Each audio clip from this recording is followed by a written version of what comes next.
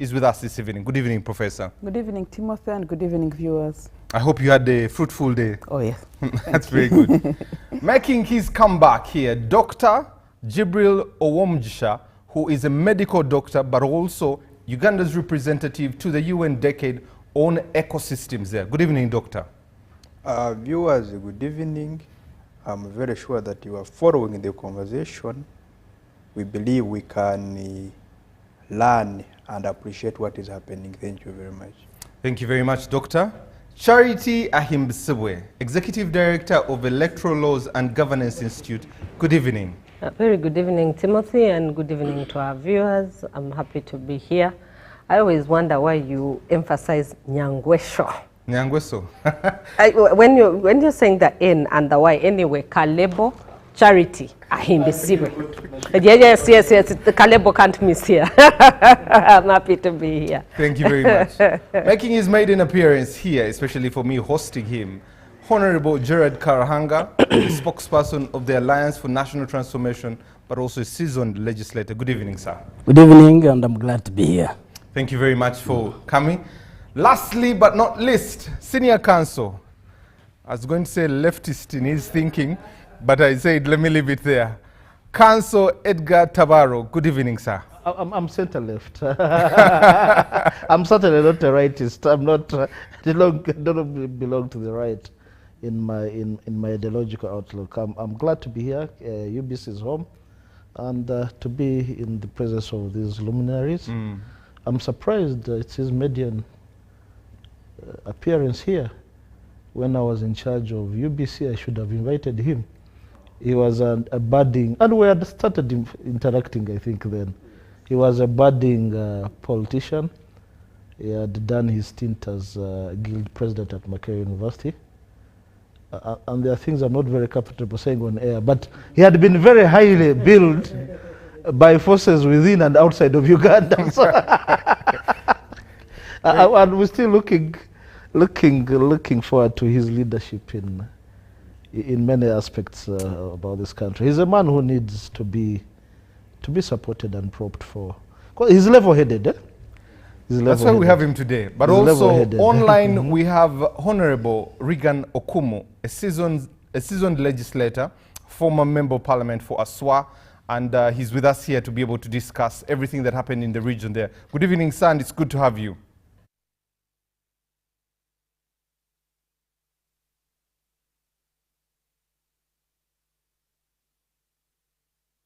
I'm not getting you, so I'm going to ask the team to sort out that technical glitch as I get back to the team here.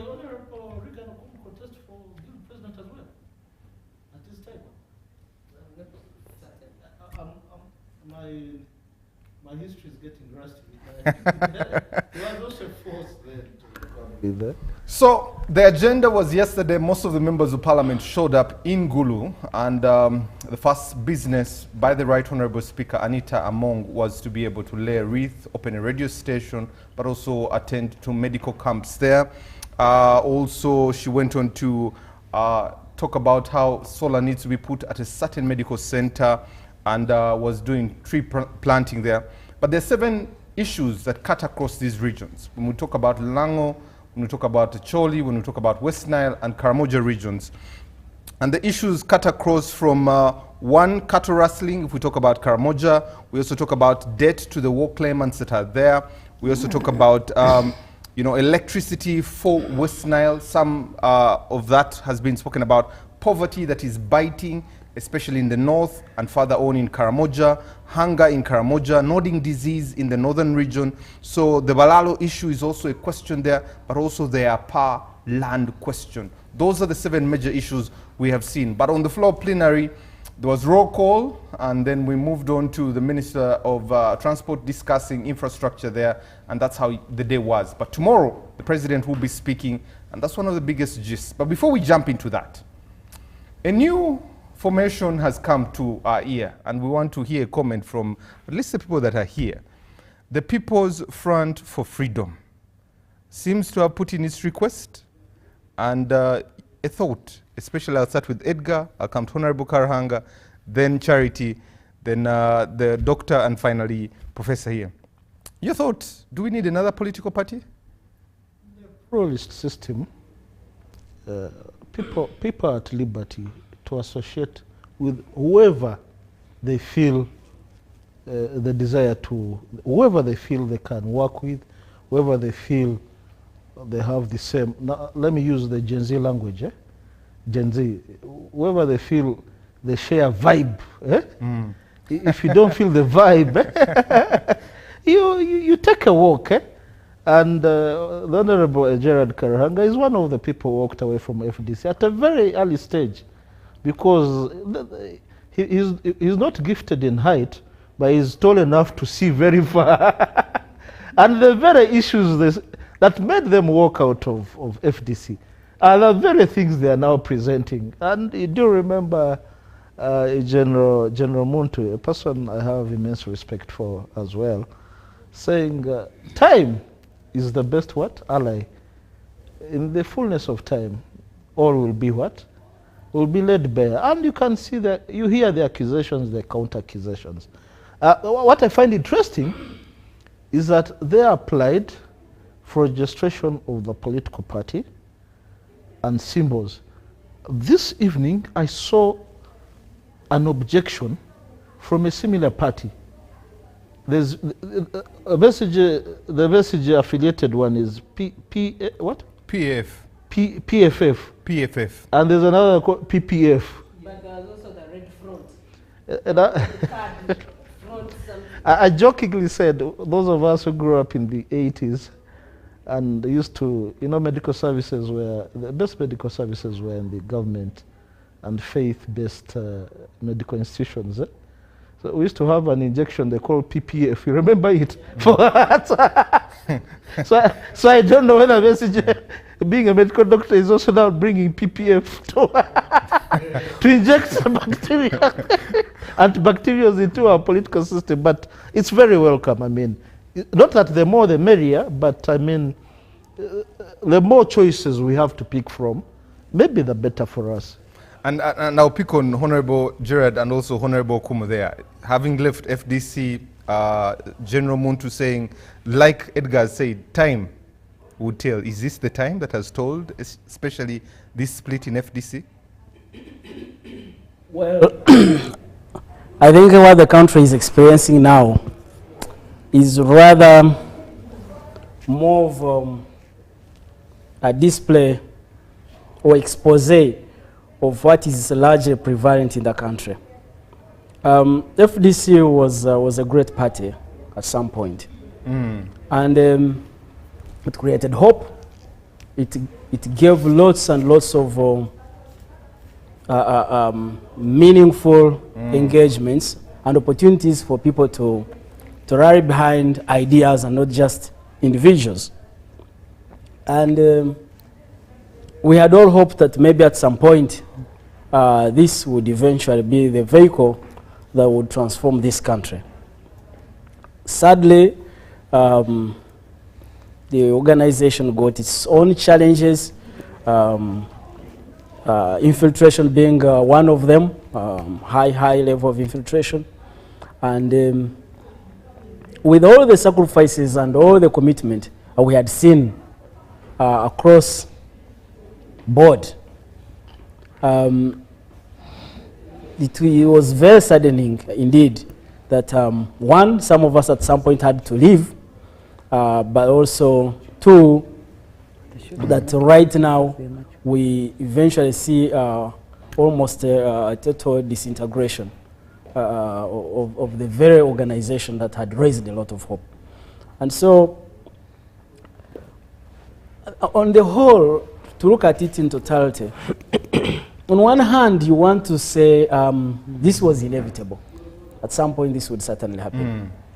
But on the other hand, you want to examine what is the implication in terms of our political trajectory as a country when we get more dissenting voices that ordinarily can provide formidable leadership, getting more and more disintegrated. I mean, it says a lot. It has such a huge impact. Ordinarily, we should be allying. We should be sitting together around the same table and agreeing to focus on what really this citizen would like to hear or see.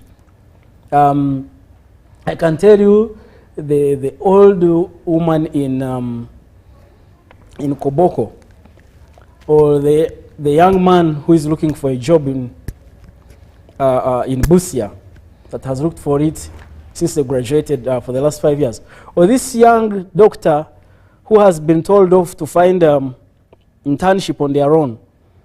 They are not interested in these disintegrations. All they would want to see is the leaders speaking about the issues that really concern them, Okay. that concern the future of this country. And so I think it's high time that we who are interested in leading this country in one or the other get together and put aside these issues that have kept dividing us heavily and failing us to focus on what really can help us build our country. Thank you very much. Charity, when you see PFF now, and also see the notice that is in the newspaper today for the dissolution of FDC, legally, as a country, where do we stand? Does this constitution really make any sense anymore? So political parties are governed by the Political Parties and Organizations Act. And certainly the dissolution of a political party is stipulated therein. But it is done in consultation with the Electoral Commission, because Electoral Commission is the body that is mandated to register them in the first place. And the dissolution of the political party is a bit different from the dissolution of a company. The dissolution of a company is handled by the Companies Act. Of course, my senior counsel is here and he will be guiding a lot on that discussion.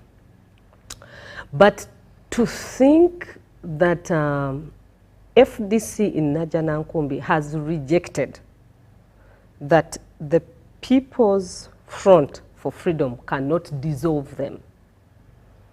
But court ruled and said Honorable Waswa Birigwa remains the national chairperson for both FDC in Najja Nkumbi and FDC in Katonga.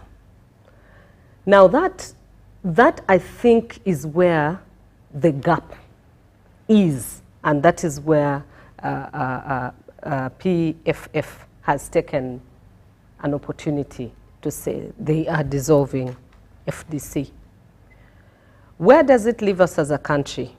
Of course, ideology changes from time to time. Every election will come with new ideologies, and anybody who comes with a good ideology that can sweep people, encourages people, makes people ally with their thinking, takes the day. People Power came here, started just as a people power movement. Before we knew it, it was a national unity platform. They told the young people, we can do it, we can make it, you can win, you can lead. And people allied with People Power, and many of them found themselves in parliament, including the electorate not knowing how they elected some of their leaders and saying, I just elected an umbrella, I ticked an umbrella, without knowing who I ticked. So ideally, ideology shifting with political parties is not bad. What we should think about is alliances that benefit the broad citizens, the bulk of the citizenry. In Kenya, if you look at the Kenyan politics, they do alliances to benefit the majority. And the competition is so stiff, but notice that every election in Kenya, there are new alliances. So there is nothing wrong with creating a new political party. There is nothing wrong. What is only wrong is continually bad-mouthing each other. Me, I wouldn't mind if Forum for Democratic Change gave birth to another political party other than being dissolved. Why are you dissolving it if Amuriat is saying, me, I can proceed with this one, and Nandala Mafa? They went across the country and actually managed to mobilize a big team of people in Kasese. Kasese is not agreed to the PFF. It is not. And even PFF, in their statement, they said when we went to Kasese, they said, no, we should not dissolve Forum for Democratic Change. But other places said, go ahead and dissolve. So for me, the competition would have been more exciting if we have all the bodies remaining. FDC remains, it has birthed ANT before, where Gerald Karhanga now sits. It would have birthed a new one called PFF, but if it is dissolved, then we wait to see what happens to the people who were diehards for FDC across the country. Will they get confused in the myriad of ideology, or are they going to find a new political home like we saw happening in 2026? Thank you very much, Charity. Doctor, when you look at this, especially, we seem to have a wave every electoral season. Yes. It was NUP, it was People Power. Is this the new wave? Or like Edgar said, You know, or like Edgar said, is this the new vibe? let's first appreciate that it is a constitutional right for Ugandans to organize themselves into political parties or political movements, provided their message can be very well disseminated to the public. However, again, it is very challenging, like if you are the father of the family and you see your sons and daughters fighting, not sitting on one table to discuss ideas aiming at building the family. So this is what is happening within FDC themselves, that they have failed to sit down, harmonize their own disputes, to come up with the consolidated message, with the single message meant to the public, but they come up in various sectors. What does it show to the public? That if you elders have failed to sit down and harmonize your issues, how about us? You have been leading. Here comes the point of like selfishness. Like, who is the leader? Who should take the lead? Like failure to agree on certain circumstances. It sends a very, very significant message to the public that you are not ready to take us at a certain stage. It is very, very challenging that as the country, while they say they are promoting, they need change, but again, you yourselves, you are not changed to the level you need yourselves to be. That's very challenging, and it is a very sorry for the group. For example, you must have seen how NRM is giving birth to the Patriotic League of Uganda. Let's come back to that one some other time. Let's leave that one. Doctor, let's leave that one. Let me come to Professor. Professor, how do you see this playing out? PFF and FDC? Wow, that's interesting. I think for me, one, I believe in the author who said democracy is a conversation. And for democracy to be a conversation, there have to be multiple players. It's really steeped in liberalism, which is about celebrating pluralism so as to give people a choice. So if people have organized themselves in existing structures of political leadership and feel that's not sufficient and they are breaking off, it's a normal thing. It occurs in politics. And by the way, I think each time we have elections, since Patricia is here, she will guide, but we are told we have so many political parties. We just tend to hear about the dominant ones. But there are very many parties that occur. So until I think 2001, we didn't have FDC. We had, I think, Reform Agenda. So FDC has come, it has run its cycle. It is sad if it is actually going to break up. But from the political science bits, this is not strange. Parties do occur. But of course, when you look at these parties breaking at the time they are doing and behaving the way they are doing, compared to the old traditional parties like UPC, like DP, it actually tells you, it invites you to ask questions on what the ideologies around which the parties were organized were, okay? So why do we have UPC still surviving? Why do we have DP still surviving? Why is FDC like this? And why is another one coming? So for me, the birth of another structure is not necessarily a problem. It shows that there's a category of people whose interests are best served by that new structure. But when you come to questions on why is it the new ones breaking up, of course the UPCs will claim that they gave birth to NRM and NRM gave birth to FDC and everything, including ANT. So it has been a trajectory. But basically, it is new interests, new people. But when we ask why have others stayed longer and others that are coming up are suffering this, we should pay more attention to how they were formed, the ideologies around which they have been formed. And I think it is also fair to say most of the outfits that have come out of 1996, after 1996, so after 2000, most of them has been the focus on the character of the current head of state. So if that is what there is all about a party, this one will have to go, this one has ruled for long, and maybe if even you don't even get to hear about this when you're in think tank meetings or when you're in workshops. There's the obsession with an individual. And I think that does not enable structures that are coming up like political parties, like NGOs, like organs of civic governance, to dig deeper and build stronger roots. So personally, I'm not really worried. That is how society moves. You know, we may want to think that society is fixed, but political society moves like that. Okay. Yeah, thank you. Thank you. Honorable Regan Okumu, I hope you are clear with us now. I would like to put this same brief comment to you. Your thoughts on PFF versus FDC, where you were once, what your thoughts are and where do you see them going? I have tried to follow what's going on in Uganda.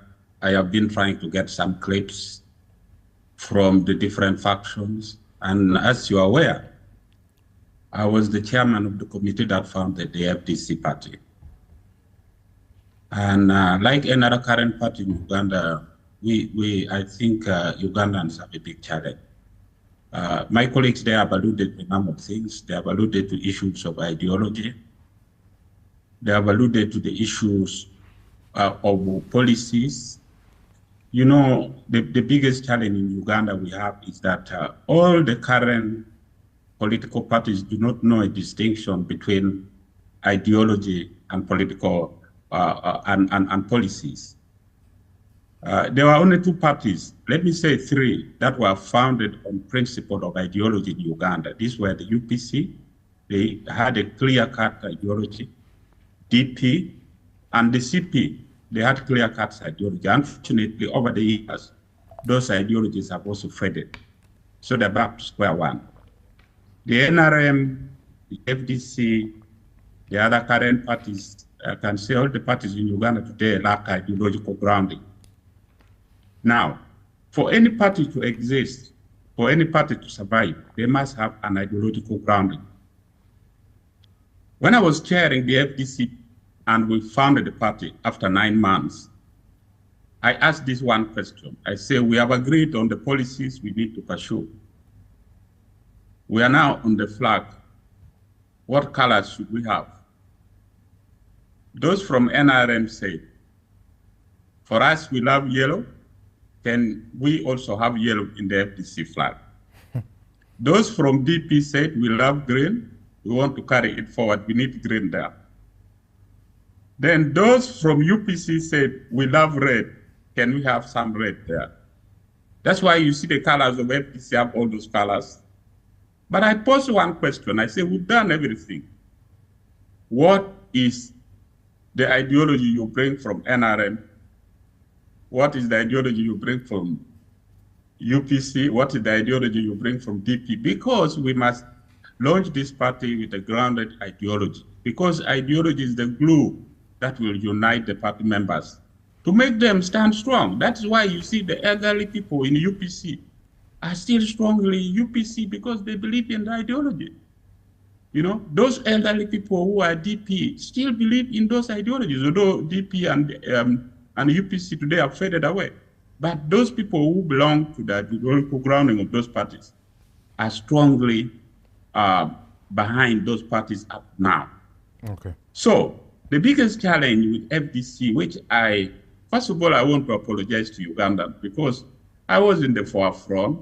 We raised a lot of hope, and Ugandans had a lot of hope in the FDC, but we betrayed them. Yes, you can't stop infiltration, as my brother, Honorable Karwanga, said, but infiltration can be fought. I was the first to fight infiltration in FDC by evicting David Purcell, who had infiltrated. But I didn't shut him up. I talked to him frankly. I said, I know you are an infiltrator because you are behaving ABCD. And I met him from his residence. I said, I have problems with you. I want to discuss. And I went to his residence. I was frank with him, and I told him. And eventually, he faded away from the party because he knew we knew him. So infiltration will always be there. But the capacity of the leadership to fight those infiltration matters. Where will the other parties recruit from? They will recruit from your parties by infiltrating you. So, because when you lack ideological grounding, you have nowhere to go. Even the new parties are here that are being formed there. You know, I asked one question. I said, please, before we go to launch this party, let us get an ideology. And the answer was very, very, very simple. Let us first do away with changing leadership in Uganda, then we get our ideology. Now, that is not the way to go.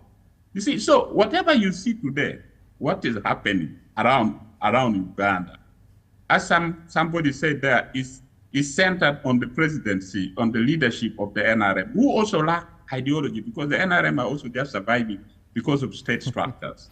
So whatever is coming up, if they do not have any ideological grounding, or they don't understand ideological grounding at all, then they should not even start it, because it will crumble, it will collapse. There will be no glue that will unite the members. And I think that is the challenge of all political parties in Uganda. There are no issues that glue them together, because we must separate ideology from policies. Policies can shift. You can agree on a number of things, you can move here, you can adjust with your policies, but ideological gluing is a very strong political alignment that brings ideas, minds together. So thank you, Honorable. Honorable, let me come back to you. Let's dig into our conversation here so that I can bring you back into that. You can be part of the show. Go to our YouTube channel. Let us know what you think, or our X platform, hashtag UBC Behind the Headlines, or the number 0709 60 25 92. Both our text and a WhatsApp line. Let's get into this conversation. Edgar, it's befitting that I start with you, partly because you were part of a think tank there. But the 7 issues that really we zeroed in: a power land question, the Balalo question, cattle rustling in Karamoja, debt war claimants there, electricity in the West Nile, poverty biting in the north, but also hunger in Karamoja, nodding disease. When you look at these regional cities, especially the one happening in Gulu, what do you make of them? What do I make of sittings? Yes. At a personal level, I have qualms of Parliament rotating, sitting in Gulu, Barara, Fort Porto, where I come from. The question is the resources. Does the pass, can the national resource pass, the national pass support if I should call it a luxury, of sitting outside across the street from here? Because even when we move it to Kololo for budget reading, State of the Nation address, there are budgetary restrictions, constraints that set in and overstretch our budget. Now, and I don't want to go so much into the discussions, because what is of relevance to the people in Acholi is not necessarily what is relevant to the people in Toro, where I come from. For us, our issues are tea prices and the need of the government to have a Marshall Plan to rescue our tea. There's the issue of the road. Earlier today, I saw a tweet from Margaret Muhanga.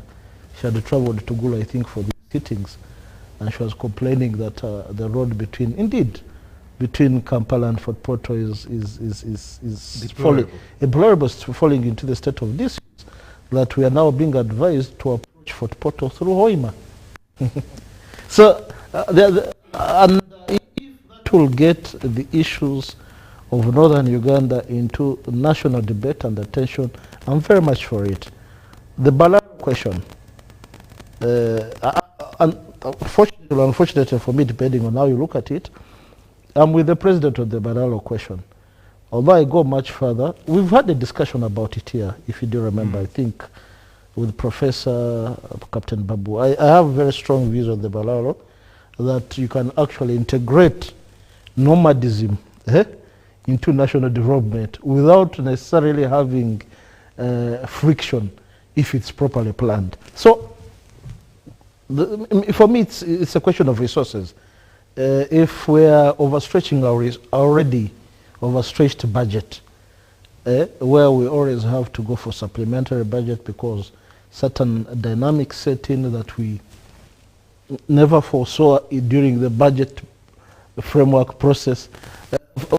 If the resources are overstretched, then it's not a wise decision to sit.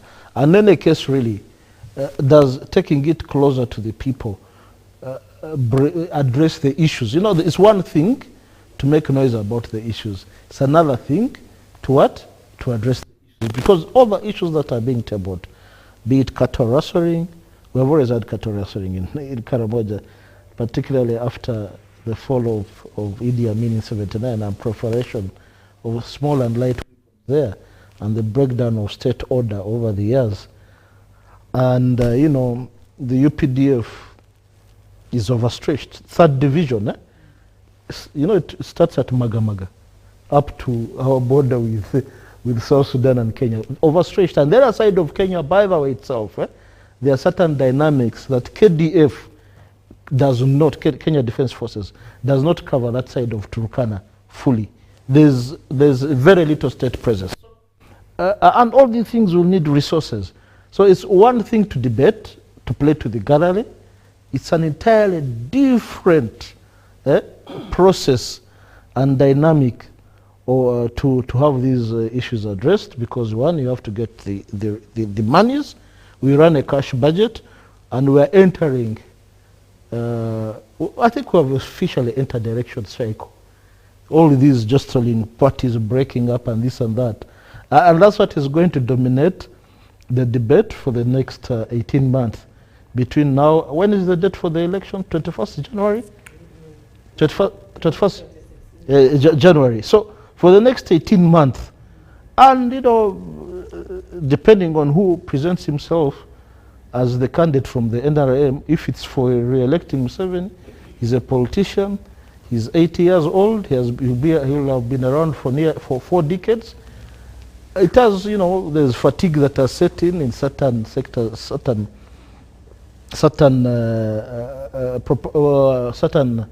what would I call it, in the populace, there's fatigue that has set in. So for him to win the election, he'll have to do a bit of spending. He'll have to make some campaign promises that are going to stretch the budget, And that's exactly where I want to go, on the cost that you're mentioning. Yes. There were 10 committees, over 10 committees that went to this region. Yes. For the last 3 weeks. We also know once Karuma Bridge had issues, it was a discussion. Floods came, there were discussion in Parliament. There are numbers being thrown around, 3 billion, 5 billion on the cost of this city. How does Uganda get value for money, especially with these sittings? If you're talking value for money, and that has been my debate, you know, there are 2 issues that we have to look at. There's the value for money debate, there's the political debate. Among, you know, coming from being battered left, right, and center by the elite, they used to call them the so-called social media elite, but you are aware now activism has gone another way. You can no longer refer to the social media elite in the terms that they used to refer to them. Now it's a force to reckon with. So as a head of that as head of the legislature, such an important organ of state, she also has to, you know, it is a way of, it's PR. Let us be open about it. It's public relations, good public relations for her. And remember, it's not just her who has been fingered in Parliament. She's been fingered, so as clerk to the Parliament, clerk to the National Assembly, who incidentally, whose contract has also been renewed, Many of her staffers have also been what? Fingered. So politically sitting in all of these regional whatever is very good for them. Then also for the local microeconomy. For the microeconomy, I saw certain essential goods and services. The prices are, they call it demand pull inflation, Professor. Demand pull inflation. So I mean, there's some spend that is going to those areas, and maybe people are benefiting. Okay. But if you continue, if we talk about war claimants, that is a budget in itself. If you talk about electricity lighting up the whole of West Nile, that also is an entirely different, because I know the dynamics about that electricity, extension of the electricity there, and the fights over when RECO, West Nile what? Front. No, Front, the electric company, supply company, when RECO, the ownerships and the changing of this and that, I don't want to go into it. So even lighting up more of West Nile requires much more resources than we actually think, and it's not going to happen in an instant. But some of these things are cathartic. They are they are therapeutic. That people's voices can be heard, Okay. and the blame can be passed later that Parliament did pass this budget. But your things are they're on the order paper, they're on the table, and they'll be attended to. Honorable Karhanga, when you were part of Parliament, but when you look at these regional seatings, and Edgar's hinted on it, what does this mean for the image of Parliament? You know, this country has... because there has been exhibitions, CSR, all this money on people's accounts. Is this just cleansing of the image? We have a real problem in our country. The whole aspect of how we prioritize what we need to do, where we are as a country in terms of our economic progress, the needs, the basic needs of the citizenry, vis-a-vis the way we spend public resources, is exceedingly disturbing. They're about to spend about 20 billion shillings in these so-called regional sittings. Seriously, just this week, the president says he cannot find money for 1,200 interns. These are young doctors that we all need. They probably need less than the 20 billion that they're talking about. If you meet any 10 Ugandans out there, you see them in a corner and ask them. So between these MPs coming to sit in Mbarara or in Soroti or Gulu and fixing your own health center, or fixing, or even building, you could use this money just to establish some technological or whatever training centers that are very applicable in their own settings. You would certainly, out of 10, I am very certain, you would probably hear 10 say, please, stop wasting our money. And I sat in the Public Accounts Committee for 7.5 years. The degree and depth of public wastage, the culture of wanting to spend as much as you want. I mean, the extravaganza. If you recall, we used to read about the Italian mafia, how they lived. Yeah, so they lived so large, and yes, and you just vis-a-vis the struggles of the majority. You know, the truth is, the super majority, about 80% of this country, are still struggling. We are talking of northern Uganda. For heaven's sake, just the other day, we are losing lives in Karamoja simply because people could not access water. You can imagine, people died. It's not 5 years ago, it's probably about 2 or 3 years ago. And then you just go and say, oh, we will sit in Gulu, and that will make all, I mean, a committee of parliament. I remember one day we visited Moroto Hospital as a committee, as the Public Accounts Committee. And to our disturbing moments, the hospital, in everyone's opinion actually, we went with both the doctors, the other public servants, and the MPs, we all just kept speaking in liter and chorus that the hospital was more sick than the patients that were in the hospital. That's not better. What hospital was equipped and Of course, we had to raise a lot of, problem. Maybe we had to raise a lot of. Now, I kept thinking. Now, think about there is a bridge. You talked about the Karuma Bridge. If you ask the residents of Gulu, between having these MPs and fixing this bridge, it's very obvious. The answer is very obvious. So you can see. On one hand, you find billions, and this is so sad as a culture. It's one thing when these things are one-offs, that you see a leader, one day he makes a mistake and maybe spends public resources on something that is extremely useless. But if it's a culture of governance of a country, look at the pattern, the consistency that has been prevalent at the national expenditure level. That you find billions, 500 billions, for some hospital that will exist, I don't know after how long, in Loa. And then you find another 500 billion for some individual trying to establish a company that has not existed, I don't know for how long. And then another several billions, I don't know, for some sugar. As in, you find billions and billions for things that really don't add up. And then when it comes to things that are so particular to the citizens, the very people whom you pick this money from, the other day the traders were crying loud because they're being pressed hard over taxes. And then on the other hand, you turn the page and see the expenditure. Seriously, I don't know why either why are we not angry as a country? Why are we not raising our voices? Like, why? Like, you see all this going on, and then for some reason, this also deep sense of resignation is such a disturbing issue that we need to address. So we need to speak out, we need to fight for ourselves. Let me tell you guys, no one is going to do this for us. And Honorable, just sticking to that, you mentioned something about committees there. 10 committees went up, did research about these things. They're supposed to be presenting on the floor of plenary. Did we really need the whole of Parliament to move out there? Because today, 310 members of Parliament. Doesn't that make committees redundant? Seriously.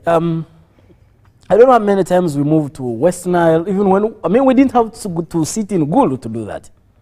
We moved to Acholi, to Lango, to Karamoja. We moved to these regions. And I know they will be going to the east, to the west.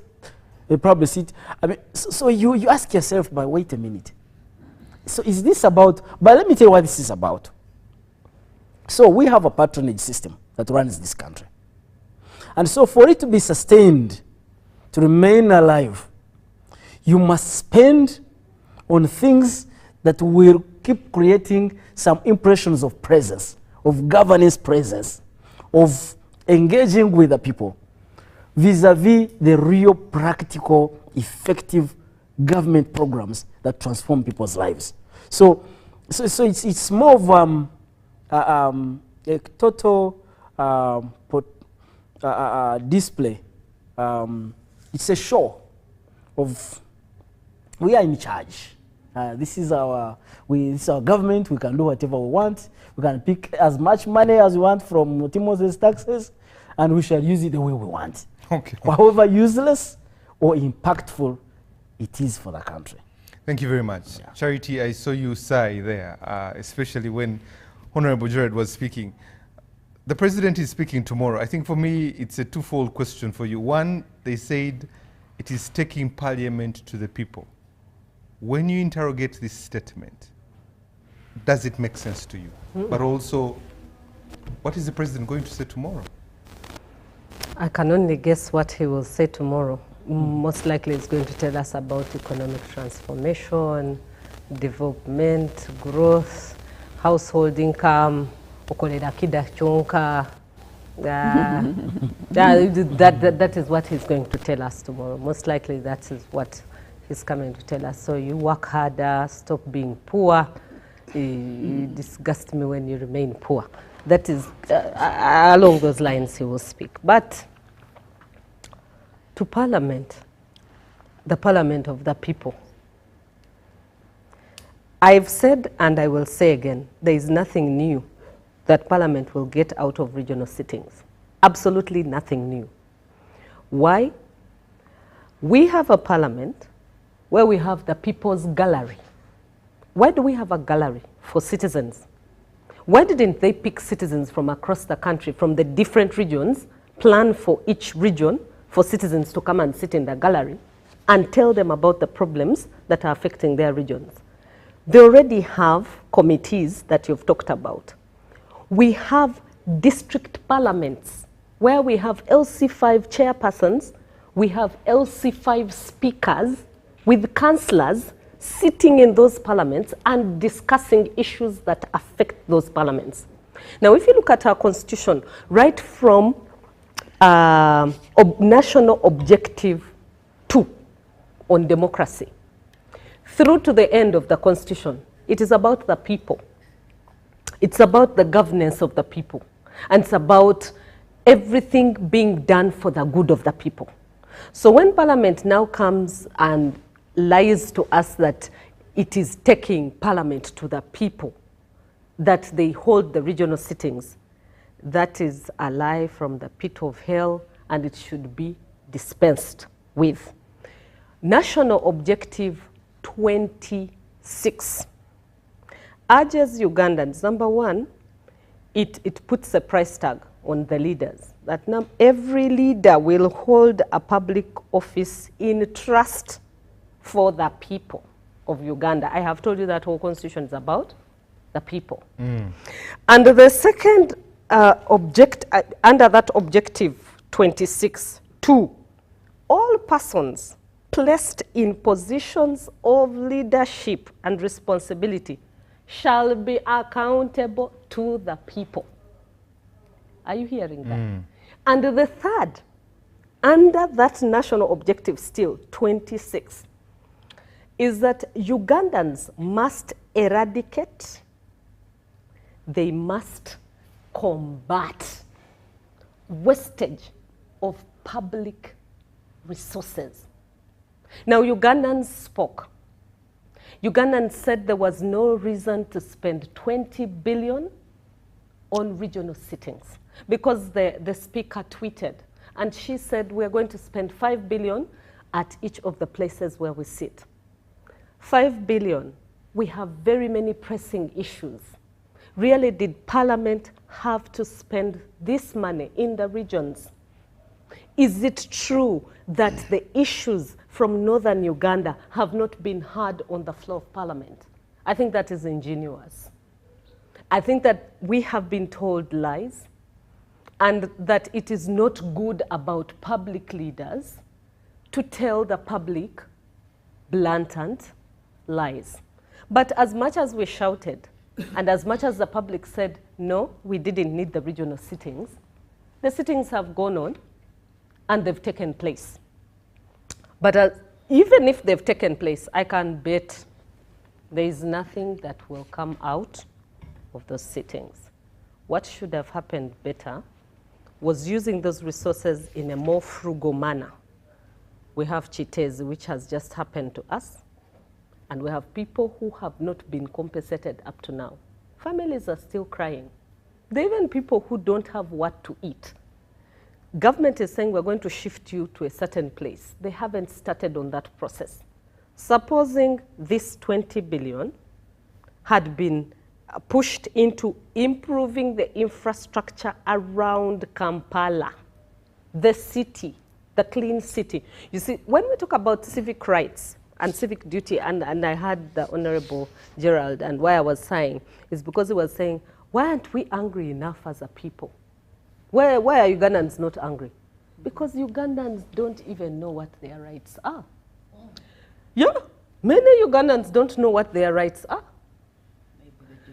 They will sit down and say, you were on TV, you were talking very sharp, disturbing things. That is what they will be sending me on my phone as soon as I walk out of here.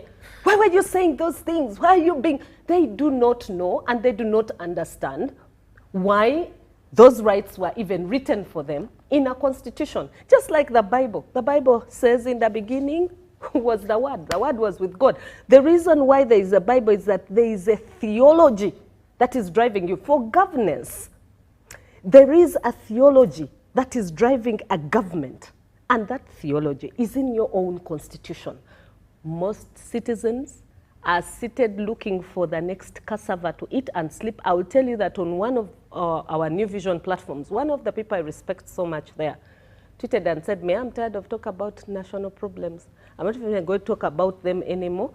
I'm looking for my cassava, I eat and sleep. And this is the attitude of most elites right now. Civic duty, civic responsibility. What is your civic duty?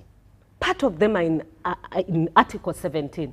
For example, you're supposed to ensure a clean environment, protect it, and maintain it. How come Chitezi happened on us?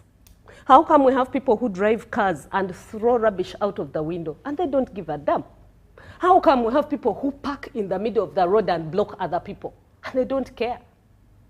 Civic duty, democracy. So they don't understand. When I say they don't understand their duties and responsibilities, you have parents who are not bothered about how their children are being raised. They've left their children to be raised by schools, television, and phones. And then we no longer have what we call Ubuntu. And it is me, my children, my house, and myself. And we think we will live in our glass house. Me, Charity, and my children in my small glass house, and nothing can happen to them. I've secured them. Civic duty, democracy, governance. All those are governance issues, but we do not know. We are busy being selfish as a parliament, as leaders, as individuals, as citizens, and we think that will take us places. We need to get back to the drawing board. Charity, before I get to the doctor here, the speaker uttered a threat and said, she did roll call and said repercussions would happen, but also the leader of opposition and the shadow cabinet didn't show up. When you also see some of the opposition leaders making statements today, when you look at that house, where are the people in that picture? Actually, when I look at that house, I see everybody aligned to thinking like Lord Canning. Every man for himself and God for us all. That they will defend why they are going. I'll go to the region. One of them stood up and said, thank you for showing us the twins. So this was a regional sitting. So she stood up and said, the best thing is, Speaker, thank you, you've showed us your twins. So how has that helped the people of northern Uganda, the one for whom they went to discuss their issues and bring them to the fore? That is why I'm saying every one of them has their own interests at heart. So she stood up to thank the speaker that way, so that the speaker can look at her more as a blue-eyed girl, and she will earn more favors from the speaker. And each of them is doing that. Wanika says, me, I am there because I think, I am convinced I just have to be in northern Uganda. But what has the opposition, leader of opposition said? The leader of opposition has said it is a wastage of taxpayers' money, and I agree with him. He's made a case for the taxpayer. And the taxpayer has a duty to demand for accountability for that money. So when Parliament is back, we, the citizens of Uganda, need to ask them to account for this money they are spending in the regions. Doctor, coming to you, especially last year, Karamoja had a hunger strike there when we went on to be able to do different stories about them, cattle rustling there.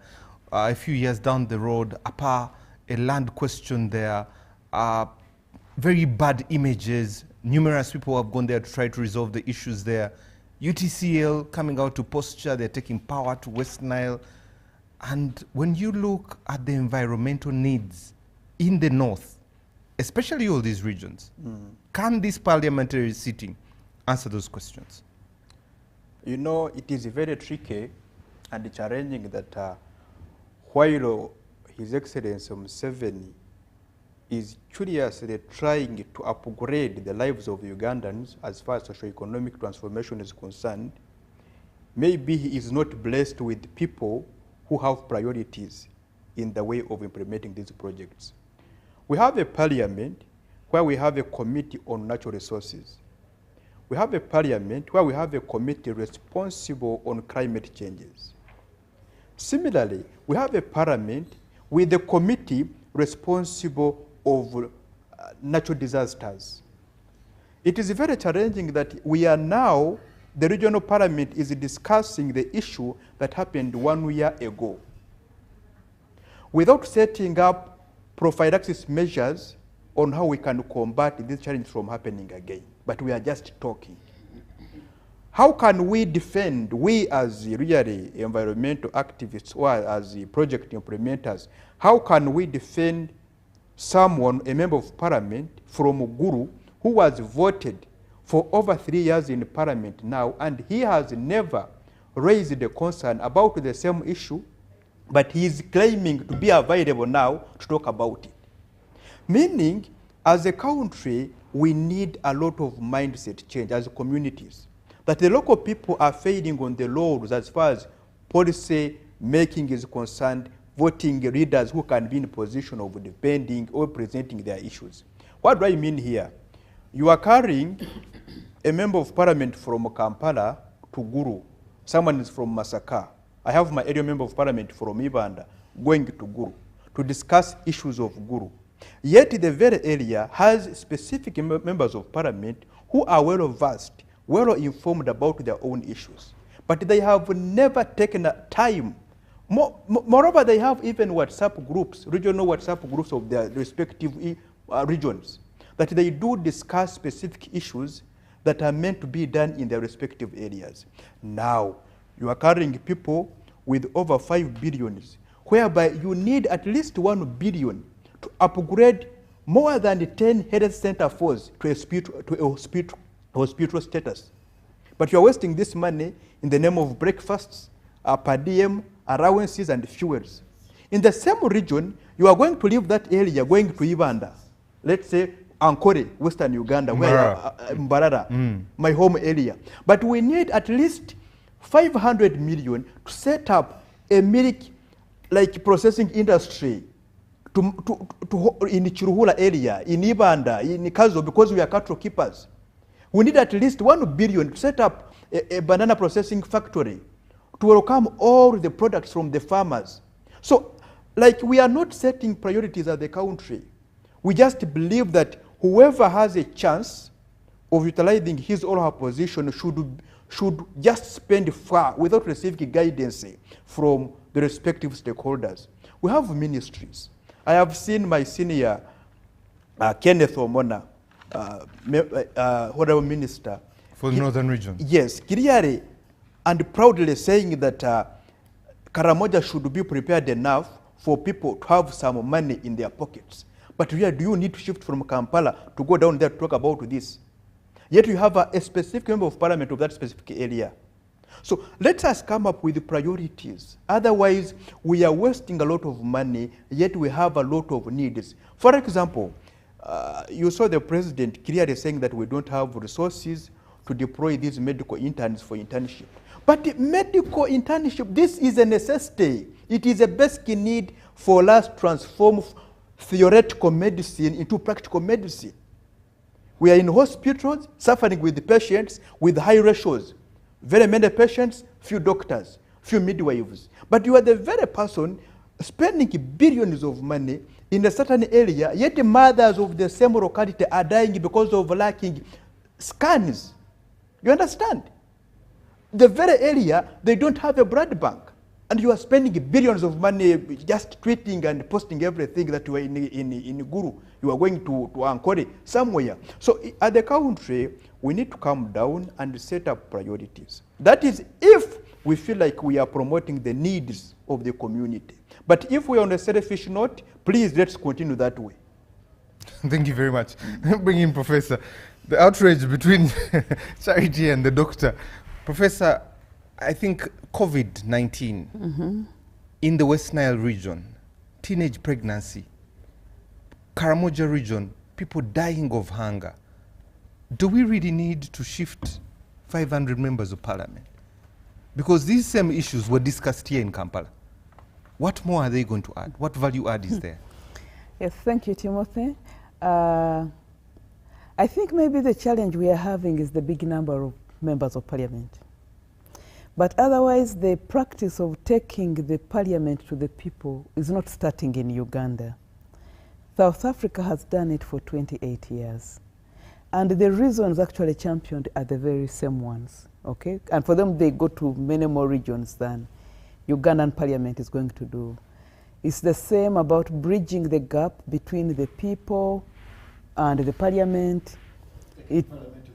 Yeah, in South Africa, it's called taking parliament to the people. So South Africa has done it for 28 years. It's about bridging the gap between the people and the parliament, but also because South Africa has regulations where every act, every law which comes out of parliament must be seen to be participatory. So you have to go down, sit within the different regions, and demonstrate that people were actually a part of the process. Now, ours is going down again with the same principle of taking the parliament to the people, bridging the gap between the parliament and the people, but also being very responsive to the needs. And so these are some of the needs you're talking about, the COVID-19, teenage pregnancy, and whatever else happens in that place. In principle, I think it's not a bad idea that actually parliament should be shifted. What we are dealing with is, one, our big size of the parliament, and two, the cost, because you have to see the cost in comparative terms with the kind of economy we have. So I know people here have suggested that maybe it should be just the leaders from there, but I think there is also a problem of having a national leader who plays at a national level, but who is myopic and only knows where they come from.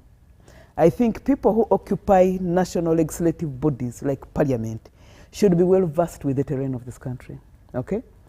And the purpose of getting them to focus and debate what is happening there is a good thing. But I think for me, the whole purpose of going there should not have been to sit in another parliamentary setting, simply shifting the venues. It should have been done, maybe taking a leaf from the South African case, it should have been done by having more engagement with the people on the ground.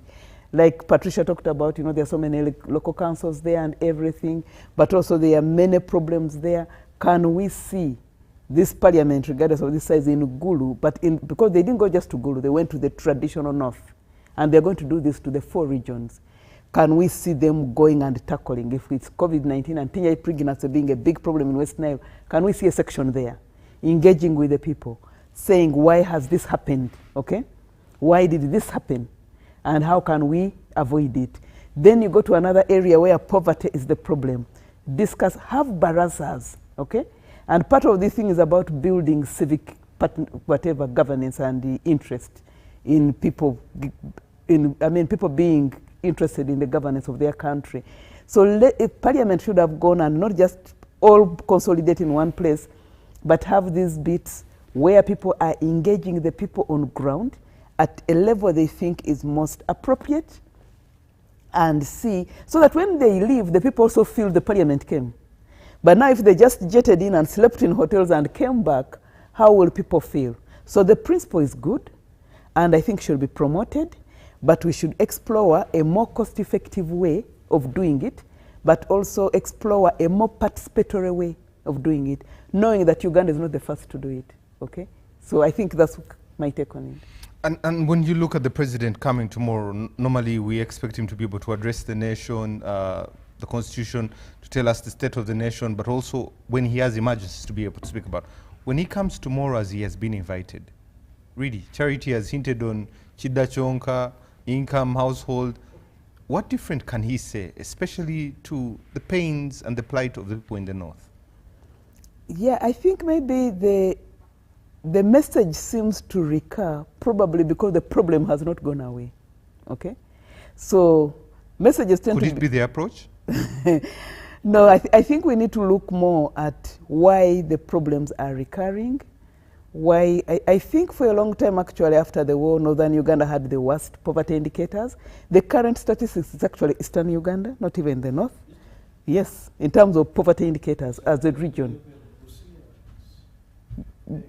That is east. Yeah. So these problems are recurring, and so the message should not be the same. But I think, and if this had been more participatory, we would have picked more insights on why there's poverty in those regions, and probably used that to tweak the message to address more concerns on why things tend to recur in the way they recur.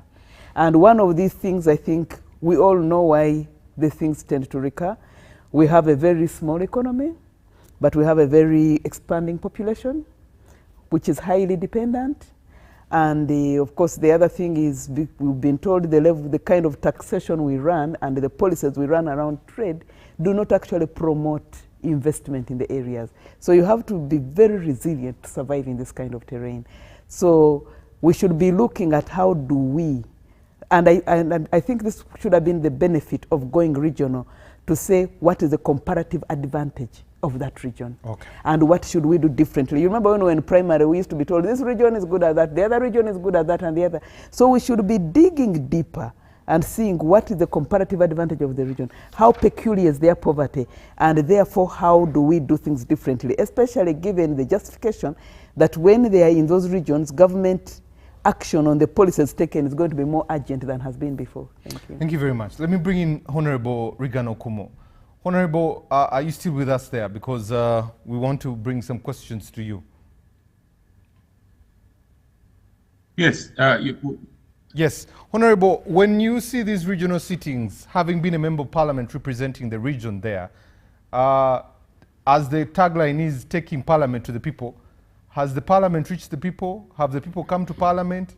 And how far have they reached? First of all, I think it is important to distinguish the plenary sitting from committee works.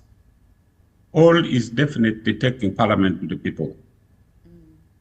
When I was chairperson of local government accounts, I used the audit regions, and we took parliament to the people as a committee, because we conducted public hearing and we allowed people to pass sheets and notes to the committee if they thought that there were corrupt tendencies, there were issues that were being mismanaged, and people got involved, and it had a big impact. That was basically. But when you talk about plenary sittings, for the case of South Africa, you can have plenary sittings in Pretoria, in Johannesburg, in Cape Town, because Pretoria is the seat of government, executive. Johannesburg is the seat of the judiciary, and Cape Town is the seat of parliament. But, you know, in the context of parliament, really discussing issues that affect people in particular places, because I would assume, I have not looked at the other paper in Gulu, but I would assume that they will continue discussing national issues, irrespective of where they're sitting from. In any case, I think the issues most of you panelists there have raised about problems in the North have actually been addressed by Parliament. There are standing parliamentary resolutions that actually the executive has not responded to. So that means even the executive does not respect Parliament, because the issue of Balalu, for example, the issue of APA, the issue of peace agreements that were signed right all the way from 1988, all those things await not the work of Parliament, but awaits the work of the executive. So to me, this parliamentary sitting is political. It's just politics because elections are underway. But I think it would be sad, because the president will always be invited. There is a constitutional provision where the president addresses the nation. So while the president goes to Gulu, he will not, if he sticks to what the constitution provides, he has to address the nation on national issues, not necessarily issues that affect the people of Northern Uganda.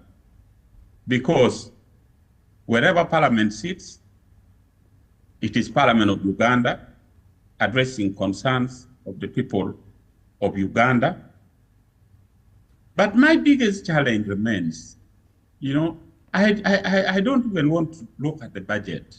I just want to look at the issues being discussed, because if Parliament was going to Gulu to revisit resolutions, parliamentary resolutions that have been passed over the years, and the executive has not addressed, and the president would tomorrow go to respond to some of these parliamentary resolutions, it will have an impact.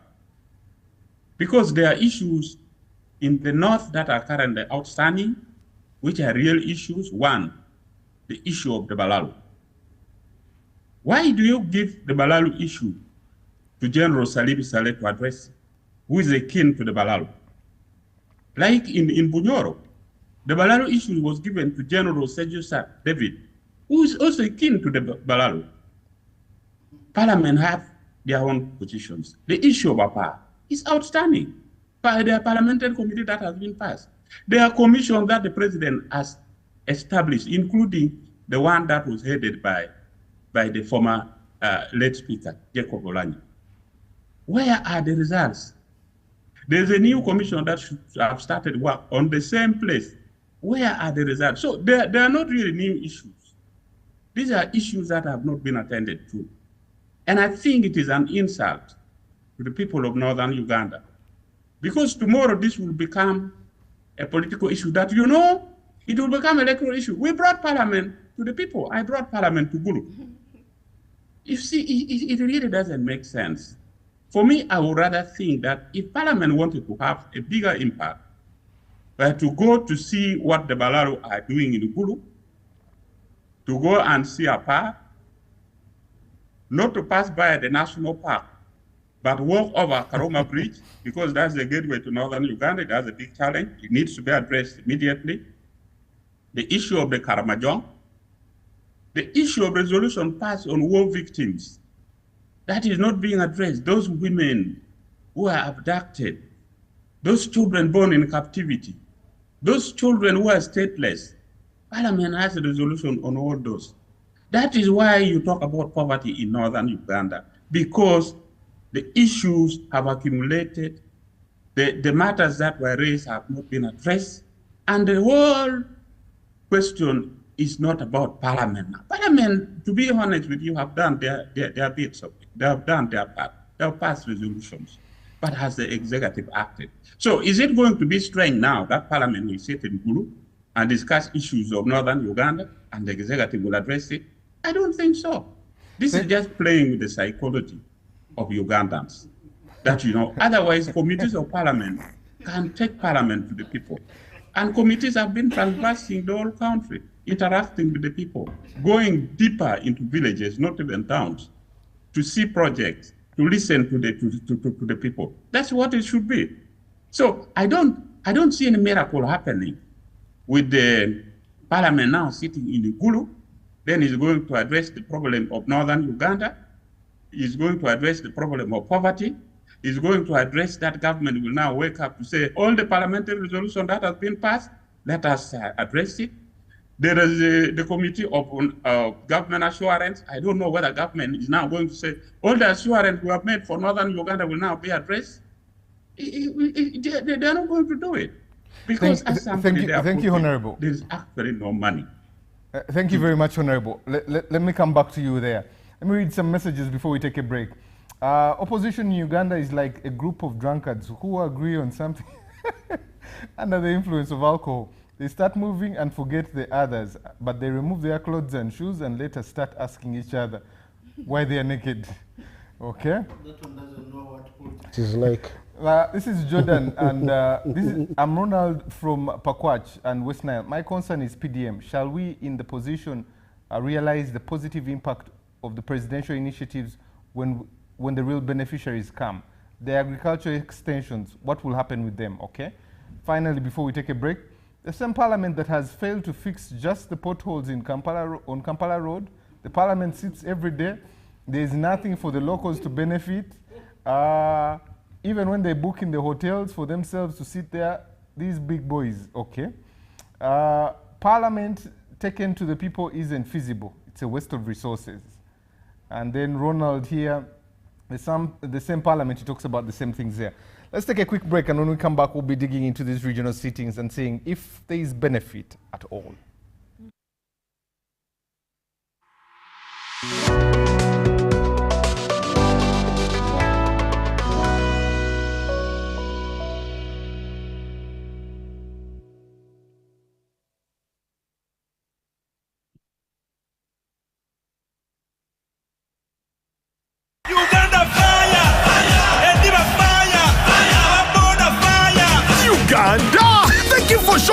fire! Has Nambole Stadium opened its doors once again? While you were moving in wet, you were the 12th player when Uganda Cranes needed you the most. Through our famous wins against Tubakunda and our unlucky losses, you stood firm, supporting even louder. Now, as Uganda Cranes take on South Africa and Congo this September, South Sudan in October, and play our second legs against South Africa and Congo in November, bring even more fire! Because with your support, Uganda Cranes is unstoppable! Uganda Fire! Proudly brought to you by MTN, the #1 supporter of Uganda Cranes. Together, we are unstoppable. In a nation hungry for truth, a world where every story matters, there exists a beacon of trust and reliability. For decades, they've been our voice and our window to the world, holding the mirror of our history. With 4 TV stations and 11 radio channels spanning 27 languages, they stand as guardians of information, defenders of truth. With Mascari Heritage Advantage, they uphold every citizen's right to reliable and free information. Their archived stories shaped our past and illuminate our present. Yet now, as new challenges arise and the world evolves, their mission faces its greatest test yet. Be part of our journey and let's navigate the unknown, uncover the untold, and safeguard our future together. Tune into your public broadcaster, for it is the intersection of trust and truth. Because to UBC, your story, and every voice matters. UBC, inspiring Uganda. Bigirwa Kalisa Samuel is my name, Chief Administrative Officer, Kalio District Local Government. Kalio District currently runs a budget of 39 billion, so we basically implement central government funded projects and initiatives. There are a number of success stories we have registered over the past period, especially in health under UGIFT, that's the Uganda Intergovernmental Fiscal Transfers Project, where we built a 650 million health center 3 at Buyinda sub-county. It is a state-of-the-art project which is not likely to be elsewhere in the country. The other project we have to reckon with is the Bukamba City Secondary School, which we are going to commission very soon, costing about 1.9 billion Uganda shillings. And then we have also other projects in production and marketing under the Marketing Production and Marketing Grant. And these include the 4-acre model farm initiative of the president. We have fisheries, fish farming. So government has basically invested a lot of infrastructure, a lot of funding in infrastructure development, and these projects are starting to bear fruits. We are moving as a local government, implementing government programs, basically the NRM government manifesto of His Excellency the President.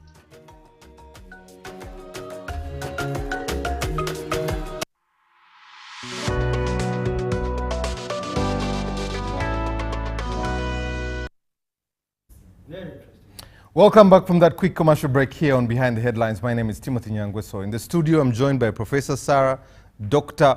Owomujisha, I was about to say Professor Charity.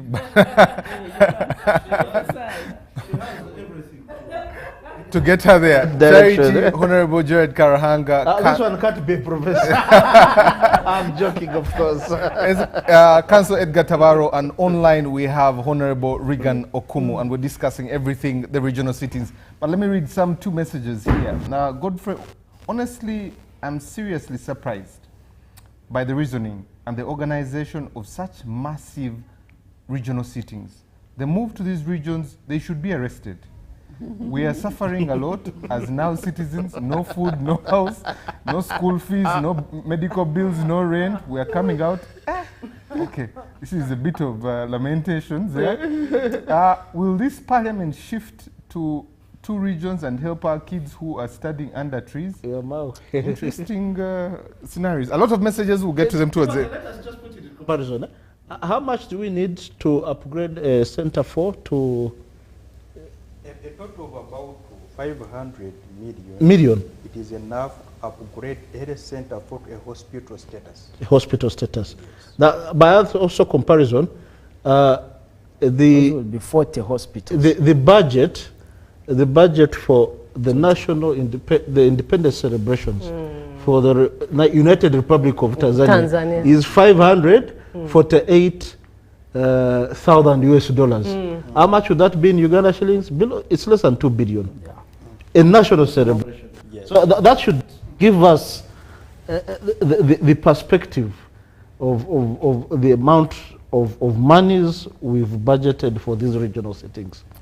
Allow me to start with Honorable Okumu, who is online. Honorable, when you look at these regional settings, let's be specific. Gulu, right now, that is going to represent Acholi, Lango, West Nile, and Karamoja. Do you see any impact out of this city? I really don't see any difference, because whether the sittings took place in Kampala, they would pass similar resolutions. The resolutions in Gulu will not just be passed because the people in Gulu are hearing, or the resolutions will not favor Gulu or northern Uganda because it is being passed from the north. I don't see any impactful difference in this setting.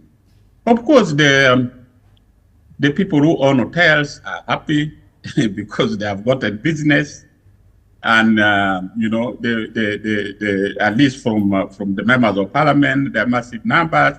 I hope they bought food from Gulu. I hope they are not they didn't carry food from elsewhere. I hope that all the food being eaten by members of parliament, the sugar is being bought from Gulu, the tea leaves, and everything. So, to a minor level, to a smaller level, of course, there will be some benefits of the business community who are there. That once in a blue moon, you know, you've been able to host such a big number. But in terms of the ordinary people, you know, parliament has sat in Gulu. The people of Gulu, the people of northern Uganda, the people have met the chief executive with memorandum several times on these similar issues, and nothing has changed. Parliament is impotent. Parliament cannot do much. The person who can address the questions of the North, the questions of Ugandans, the poverty, is the president of Uganda, because he is the chief executive. And, you know, I'm happy that tomorrow he will be going to address people there.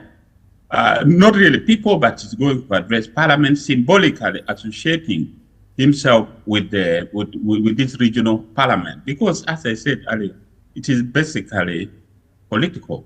You know, you say, you know, we've done it. But to me, I think Ugandans, somebody there, you know, stated that Ugandans really don't think to know what their rights are. Ugandans also seem not to know the role of parliament. You know, whether parliament sits from Entebbe, whether they sit from Gulu, whether they sit from what, they should discuss national issues, pass resolution that is all binding, pass resolution that the executive will respect and the executive will recommend. But from what I have seen, even my experience shows that actually most parliamentary resolutions, unless initiated by the executive, have never been honored. They have never been honored. That committee of parliament, which is called National Assurances, have a docket of promises that the president, the executives have made to the people of Uganda, not only in northern Uganda. The executive have not addressed. I would have rather loved if the president was taking the executive committee in Gulu and he would allow people to ask questions to his cabinet ministers. But unfortunately, with the parliamentary procedures, the ordinary people will have no voice apart from just watching. I don't know where they will be sitting to watch, because there's not going to be no proper gallery. So that's the dilemma. I don't see much there. Thank you very much, Honorable. Edgar, let me come to you. First and foremost, the people in Gulu are watching like we're watching on TV. But let's leave that one and pick it up a bit. Doesn't this open a door to a federal suggestion of governance, especially looking like it's a test pilot of some kind? And what are your thoughts about it? Federal? And two houses, Is this test piloting? The having an upper chamber of the legislature is long overdue.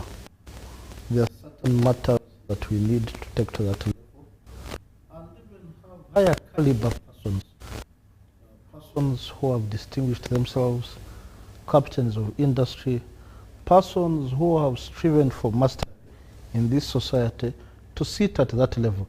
And you can even see it in places that have it, in the DRC, in Nigeria, in Kenya. The upper chamber is a more refined. You're not very likely to find the kind of or the caliber of persons who dominate in our legislature here. Let us be open with ourselves. So if we had an upper chamber where you'd have the likes of Justice Odoki sitting, now I don't want to mention other names because by omission it will be like I'm not, they do not qualify to sit there, but I'm mentioning Justice Odoki in particular because, I mean, by all, we are in agreement that at least he gave us a constitution. He went around, gathered views and gave us a constitution. And, you know, he didn't just give us the constitution, but he also sat in court to interpret the constitution that he gave us. Of course, it was the Constituent Assembly, but he's the one who did that. Coming to the issue of federal, I know you have your reservations, but I'm not going to give you space, Gerard. You used to petition. You petitioned. That's why I'm not going to give you enough space to talk. You had that in court, but you know, it's about time that we had an upper chamber of the legislature, and I think it's incumbent upon us, particularly for you activists, to push for that certain things be pushed, like certain levels of budgeting, so that we don't have a scenario of what President Museveni was telling us, that he has evidence on some members of parliament, you know, tinkering with the budget for a kickback or for a commission, and what have you. Talking of federal, the loudest whisper out there is that actually 61 or 64% of Ugandans, when contributing to the views of the draft constitution that was debated by the CA in 94 to 96, 95 when we promulgated it in 1995, the 64% of Ugandans preferred federal. Now, the federal that we had in the 60s, we experimented with it, and it was, I mean, depending on who looks at it, many will say it was disastrous. It ended in a constitutional coup and bloodletting. However, there are examples to pick from. The two Sudans, Khartoum, Juba, Sudan, there's DRC. They have some kind of federal arrangements that the provinces or the states there have even their own legislature, their own parliaments. And to some extent, it's working. It gives certain processes legitimacy. It decentralizes certain, you know, to use Ugandan speak, it decentralizes eating. Eating, or I don't want to use the politically correct words, but you know, it decentralizes eating and brings eating closer to certain power centers. However, there is a more, and South Africa is a purely federal arrangement, by the way. They have Gauteng, they have Limpopo, they have KwaZulu-Natal, Mpumalanga. You know some of the names of Mpumalanga, KwaZulu-Natal, Gauteng, which is the northwest, the Mafeking, exactly, and also their own legislatures, and there it's working because the federal governments there, the provinces there are really powerful, really powerful. And remember, they are running under a multi-party dispensation. Even their cities, their metropoles, you find some metropoles, there's power sharing at that level, at that level that is not necessarily replicated at the what? At the national level. For instance, KwaZulu-Natal, that is Kwazuma territory. It was previously ANC. When he was expelled from the ANC, it is now MK. But when we talk of MK in South Africa, we don't mean the MK of... we are referring to Mokotwe Zizwe of South Africa. And it's a working arrangement. Remember, it was established in 1910. The state, what are they called? The Union of South Africa.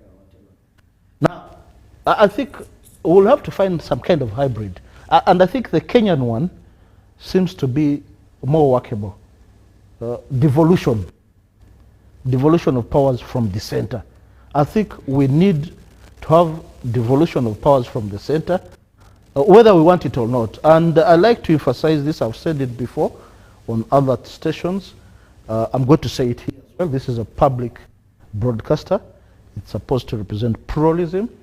Whether we want it or not, there will be a day one of post-Museveni Uganda. President Museveni has been this larger-than-life figure in our lives for the last 38 years. Now, when he departs, as it shall happen to every one of us, there's going to be a new dispensation that we shall have to negotiate. Tupende, tusipende. We shall have to renegotiate a new dispensation. Okay. Beyond the dispensation that we had in 1986, you had the Honorable Regan Okum referring to the, it's not the treaty, the agreement of 1988 that was done with Uganda People's Democratic Movement stroke army of late Charles Alai, late Otema Almadi, late Lieutenant Colonel Angelo, I think, Okello, who was the head of the armed wing. And, you know, that has been the consensus that has been in place, that they've been building alliances, this or that. And NRM being the larger, and Museveni being the larger-than-life figure, I may even add, being a cult-like leader to some adherents of the NRM. He's been able to hold the glue and, you know, but post-Museveni, there are certain things that we'll have to discuss and put in place.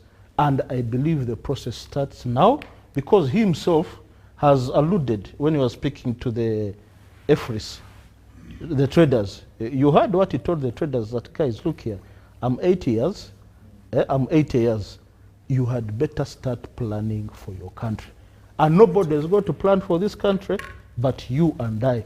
And it's not going to be the peasants who are going to plan for us. It is we, the intelligentsia. And the discussions have to start, and they have to be vibrant and push, frame and set the agenda now, rather than waiting for the agenda to be set for us. Thank you very much. Let me bring in Honorable Karahanga. Honorable, I have heard you on some platforms say Parliament is a place of deals. 2026 is around the corner. Come October of next year, we'll be nominating presidential candidates. Why does this look like a political rally in a region? Well, it's not surprising that towards the elections, you begin seeing all sorts of arrangements, including having up-country parliamentary sittings. I mean, let's be honest ourselves. If we could afford all this, yeah, if we could, you know, we have our schools functioning well, our hospitals running well, and we have our roads running well, and everyone had power and water, maybe you could say, yeah, it's okay for having parliamentarians go around sitting in these areas and maybe engaging with the communities. So, but you see, there is a total distinction between the form and the substance. That we spend so much time as a country creating all sorts of formalities. So you look at the districts, for instance, that have been created over time, including the recent cities, and you look at the humongous parliament, and then, and on the other hand, you want to ask yourself, what would the citizens actually want? What would, take an example. Drive on Masaka Road and ask any citizen of this country, beyond that bridge of Ruela, up to Tsoro, and ask them that instead of having any other thing that makes that ordinarily is supposed to, that the government wants, vis-a-vis first prioritizing having a functional bridge, I mean, the answer again comes very obviously. So is the Karuma Bridge, so is this bridge that that we use as the shortcut to Jinja. So, I mean, it is sad that countries, I saw it in Parliament, send their delegations to Parliament to basically study and look at our policies, look at our forms of governance, and they just pick these documents and go and implement. Precisely. I saw that for 10 years I was in Parliament. And I said, but how come for us we never get tired of keeping writing all of these wonderful documents and we just keep them there? And then other people realize that these are very wonderful documents and then pick them and they go and utilize them. So we need to, as a country, come to this junction as a people and say, look, I mean, isn't it enough for us to just remain very theoretical, speaking big and speaking nicely and then putting on very interesting impressions? And when it comes to really, really impacting on people's lives, turning them around, we don't even do the decimal services, but we're just so disappointing. Honorable, before I leave you and come to Charity, especially looking at the rift, Right Honorable Joel Senyonyi and his shadow cabinet in Kampala, some of the opposition members going up there, what does it look like, especially on resolving people's issues from people that, like you, that we have hope in? You know, to be honest, I think like most Ugandans, we have real issues with this parliament, very, very serious issues. In fact, I mean what the current leader of opposition is doing and a few other MPs to question the ongoings in parliament. I think that's where Ugandans need to go. That you see, what we need to make clear is that leaders are not just, it's not like that they are doing us a favor to serve us. No. It's a mandate that they even had to seek from us, that they had to persuade us, they had to engage us and convince us. Now, unfortunately, of course, quite a number of them stole it. So, I mean, so you can't expect much from them. So, but then, even those who got it, I mean, ordinarily would think that we come from, to be honest, for me, you'd see a number of sittings in parliament. And then you look at the colleagues and say, but do we actually come from the same country? The way we debate, the way we, because you realize people have so little interest in what concerns a citizen in this country. And so you need to, by then tracing, how do we get here?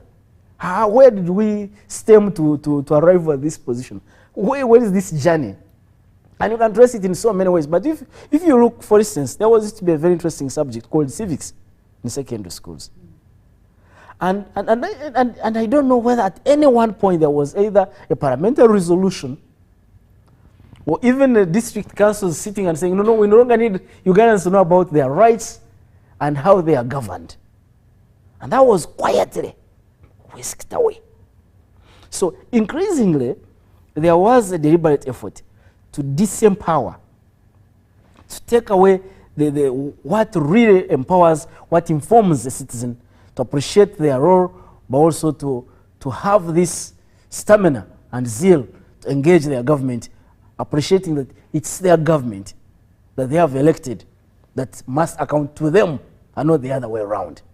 So that was systematically, very calculatively taken away, and increasingly people were literally disempowered almost to zero. And so you mean, you ask yourself, how do you have such a parliament? Ugandans in one or the other could actually have elected quite a number of them. And if you speak to them, you find the very Ugandans who elected them are actually crying out loud and say, how did we end up with this parliament? So it has been a very, very systematic arrangement. And so now it's up to us now, the leaders or the actors, also engage in a very systematic, very organized, very deliberate, very intentional way. Our people, talk to our people, reach out to them and say, look, ladies and gentlemen, we have to come back to taking charge of our own country. Sadly, most of the objective, qualified, professional citizens have almost chosen to leave this whole leadership thing to others. Say, politics is a dirty game. Politics, it's sad. And so that in a way has taken us to a very, very dangerous trajectory, and we hope we can quickly get together and put ourselves on the right trajectory and thank you very much. Country forward. Charity, I've been to Amur. The road from the whole district is Maram. It's a bad road. A 40 minutes drive is 2 hours. I've been to Gulu. You can almost feel the tension of the aftermath of the LRA. I've been to Kitugum. You can feel really there's no activity happening. You can feel the poverty biting. I have asked people who are in Gulu right now, the cordoning off of Kaunda grounds. The local person selling sim or groundnuts is not benefiting from this. They are far away. The security, the advance team that was sent 2 weeks ago to be able to clear out that whole area. How do the people in the north, Karamoja, West Nile, Lango, Acholi, harness this opportunity, if there is any? Timothy, I think you need to pause a bit, rewind. That is very, very critical information for the public. That's very important feedback. That's very important feedback, that the cordoning off for 2 weeks has actually denied the local person opportunities. You're interfering with their livelihoods. And quite frankly, it's incumbent upon us on this show to call these leaders to order. That is wrong. Because on that Kaunda grounds, there's a basketball court, there's a volleyball court. I have played there when I'm up there in Gulu. There's business happening in there. There's schools around that place. There's a school just in Peche that the speaker visited. Appalling that these students stand under trees. Sure. And then how do they harness this opportunity? Isn't this just posturing? And I'm happy that finally Council has weighed in. He has called the leaders to order. I am so happy. I am so happy and so relieved. I wish every senior council would weigh in, because at this point, honestly, we saw the speaker going to see a sick child, and they've told you there is a difference between plenary and how plenary is run and committees of parliament. So the plenary could have stayed here. There is nothing new we are going to get from there. For me, that's a position I stick with, and I still say there is nothing new. So if you said the local people, you gave them local boom, and you've just told us right now that the local people were closed out, and this was my question from the start. If you've gone to meet the people, then are you allowing them free rein to come to you where you are? And that has not happened, and you have said it right now. They just selected those whom they wanted to reach to, and they have reached them. But couldn't they have done that and brought them to the gallery? Wouldn't it have been cheaper to have brought them here to the Citizens Gallery?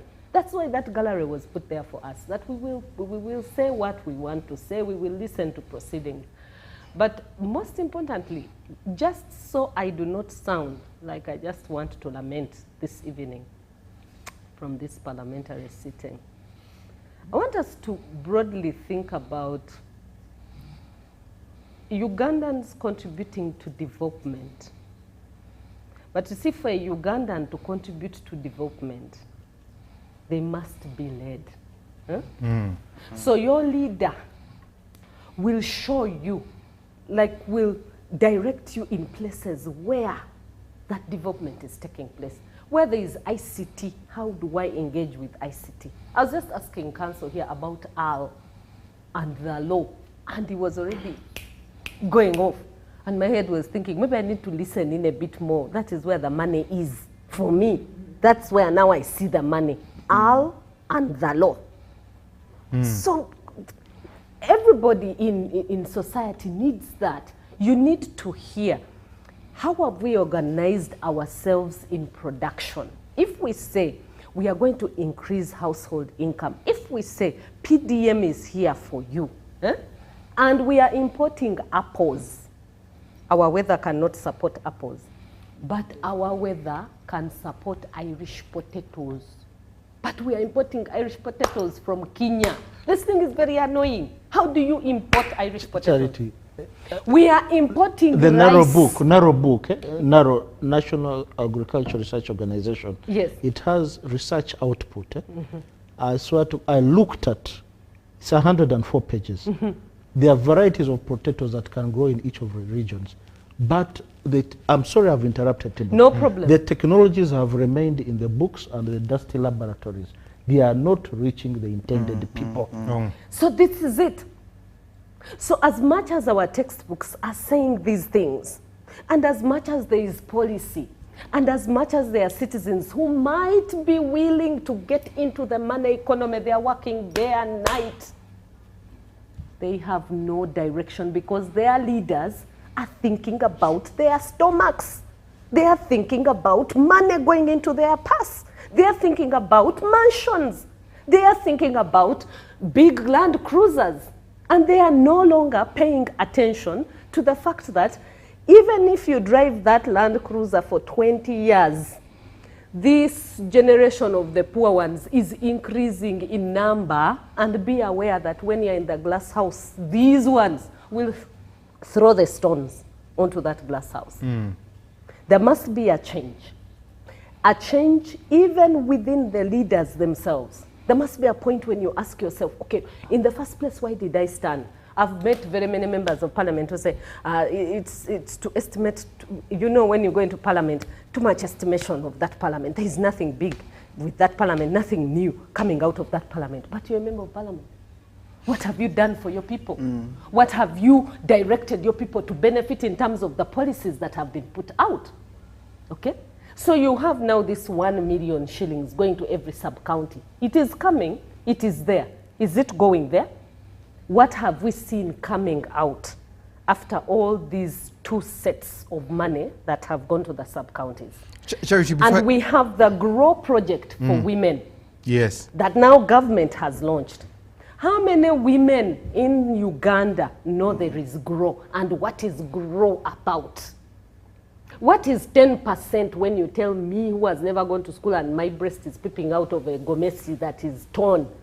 I'm talking about the rural woman. I can't connect with 10%, but you're my leader and you're just thinking about going for regional sittings. You're not telling me about 10%. You're not telling me about money that is available to change me tomorrow. Charity, my last question to you is, you know, when you want to test a new car, you take it for a test drive. Could this be a test drive for this agenda that Honorable Mao has spoken about, Parliament voting for the presidency? Yes, that is also possible, because usually when we want to do constitutional changes in Uganda, we first do testings on the ground. And we test with the people to see what are the thoughts, especially from the elites, but also from the ordinary people. But most times, ordinary people lose on the thought process. They only get to know what was being tested when the process is going on. Like, for example, when we had to change Article 1 or 2B. No. By the time we got to understand everything around the process, civil society was shouting in the corridors with papers everywhere and trying to get into the space of court. And Justice Owiny Dolo was fast forward in a process that had already taken place much faster. So I am sure that this could also be that. He also took that his, beyond. He also took the court sitting to Mbale. Yes, he did. He took the court sitting to Mbale, but the activists arrived in Mbale, and that is true. So fast forward, I think in terms of Uganda, beyond 2026, there is planning that is happening with the people in governance. I don't think that people who have been seated in governance spaces can just secede their space like that. They plan for it, they believe in it, and so this that we see right now might be organization for beyond 2026 or organization that starts with 2026 to beyond. Thank you. Doctor, when you look at the northern region, Yes. the pressing issues could be, they suffer most, especially climate change. Exactly. When you come to the health sector in there, miles of kilometers for mothers to give birth. When we talk about education, the dropout rate in the northern region is one of the highest. Exactly. How can this regional seating have impact?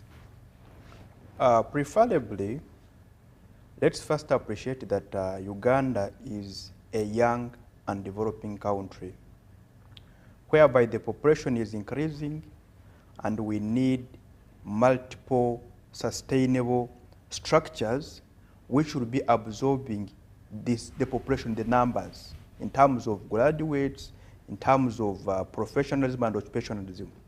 What do I mean here? That as we talk about climate change, what are the main contributors of the climate change in the region?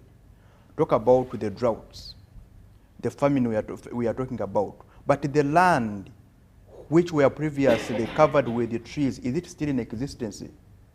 We have seen trucks of charcoal on a daily basis from northern Uganda, to the extent that His Excellency the President reached an extent of writing an instruction to the ministry that there is no more movement of charcoal from the region. What does it mean? That people are not employed. You have come up with the PDM. Is it favoring the target communities? You are talking about irrigation farming. For example, in Karamoja, we are talking about wetland management for a climate resilient irrigation system. Can we adopt this? How much do we need to pump water from the nearby sources to the region? Because we believe at this stage that the area is fertile enough, we only lack water in the soils. We only lack humus to keep the production of crops in the area. Can we have this with the Ministry of Agriculture? We have specific tree species which can grow in these areas. Can we have plans at the Ministry of Water and Environment? Can we have plans that if we grow Merina, it is a heat-resistant tree which can grow well in this region? Can we give a priority and give it a trial? So that in the next years, we can be in a position of having prevented the challenge of famine happening again. Similarly, you talked about, again, on climate change. Here, we have the Ministry of Disaster Preparedness. Let's not wait for the disasters to happen, yet we have already seen the indicators in place already. As we conduct these sittings, can we say we are pumping water from this river, supplying this village as a sample space? Can we grow fruit trees here? In the way of improving the food security household level of these local dwellers, we shall be combating climate change with the tree covers increasing on a private farmer's land. Similarly, if you move around the northern region we are talking about, we have like 3 nursery beds under National Forest Authority, simply because they don't have enough resources to have multiple tree centers in the area. Can we channel more resources to these units? That at a certain stage, we shall be in a position of setting up prophylaxis measures. Go to the medical department. We have malnutrition-based syndromes. This is what was killing the people of Karamoja. This is not a disease. It is the body demanding. You are not giving me water. You are just giving me one food, and I'm just malnourished. People are dying because of these syndromes which can be prevented at an early stage. Should we keep talking about this? No. We have known the problem. Now it's time to do actions. So can the parliament come up with the policy that we have been here, yes, but can we leave this project in place?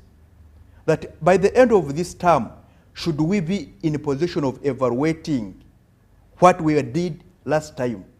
So that it's not a matter of just shifting from places to places. We already know this. We have informers on the ground which are in a position of providing enough information to the system or to the project implementers. Okay. Similarly, I can say we are the young people, they call them the Gen Z, but again, let us be given a chance of having these ideas filled. Maybe there is a gap between, in the aging system, there is a gap between the young people and the elders. So this is the right time that to sustain the impacts of what you feel like you are promoting, have the young people involved in the policy making, we shall be in a position of sustaining very good impacts because there is a variation of knowledge. Thank you very much. Thank you very much. Let me come to Professor lastly. Professor, the regional sittings will come to an end. The Gulu one will come to an end on Friday. The aftermath, then what next? Thank you, Timothy. I think for me, it all goes back to what you asked earlier. And do people know what parliament is about? And for me, I would even ask, do parliamentarians know what parliament is about? I think in my view, parliament is about policy making. But of course, I know that when people are campaigning, they tell us they're going to bring bridges, they're going to bring schools, they're going to bring... So that creates a particular kind of expectation from the people. So, of course, if they go to Gulu and don't leave behind a bridge and a hospital, we are going to complain. Because when they campaigned, these are the things they promised. But ideally, parliament is about legislation. It's about coming up with acts of parliament and other kinds of legislation. So I imagine from the feeling they are going to have by being in Gulu, they should come up with responsive policies and actions.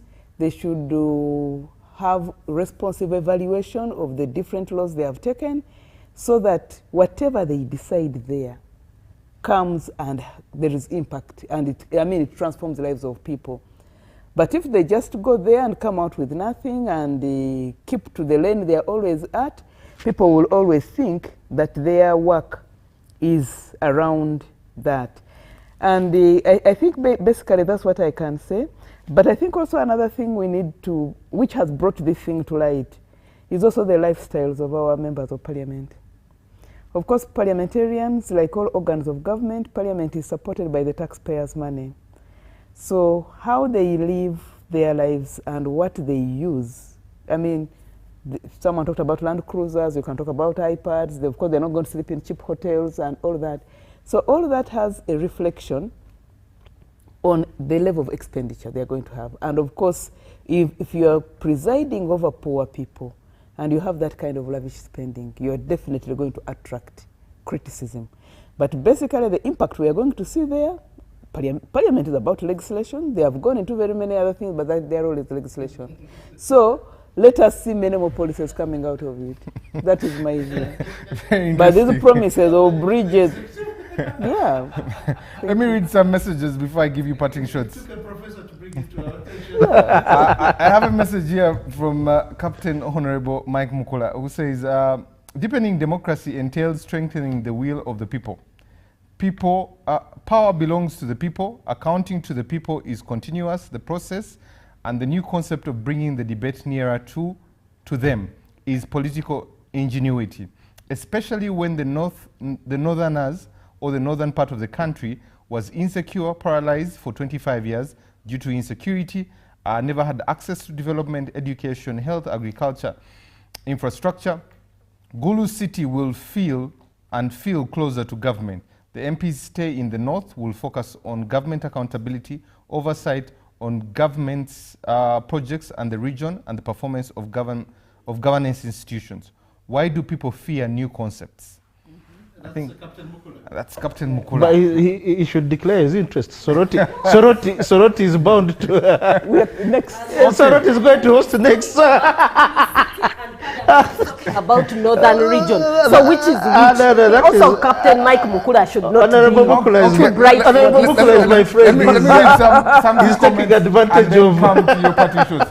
Good He's evening, smart. Good evening, Timothy and all the panelists. Uganda is a joke. Credit to Honorable Karahanga and Charity for speaking loud. There's no need of parliament going to the regions, transferring lies from Kampala to the villages. Please let them not fool Ugandans, okay? Nations all over the world have their parliament sitting in one place and are delivering. Regional sittings is careless expenditure. Jerome from Nigeria, okay? Timothy, thank you. Great topic, democratic nurturing. What practical steps can citizens take to actively support good governance in our communities? This is Nathan from Namasuba. Charity, I think she'll make a comment about that. Opposition, including Honorable Karahanga himself, should be blamed for what is happening in the country. Failing to have ideological coalition, fragmentation of opposition, with each of their leaders searching for power, and should be blamed for what is going on in the country now. Okay. Democracy in Uganda is already buried in 1986 when Museveni took over. NRM chiefs are very wise.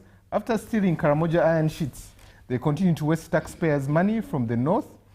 This is NRM elephant getting old. Opio from Teso region there in Soroti, the last two.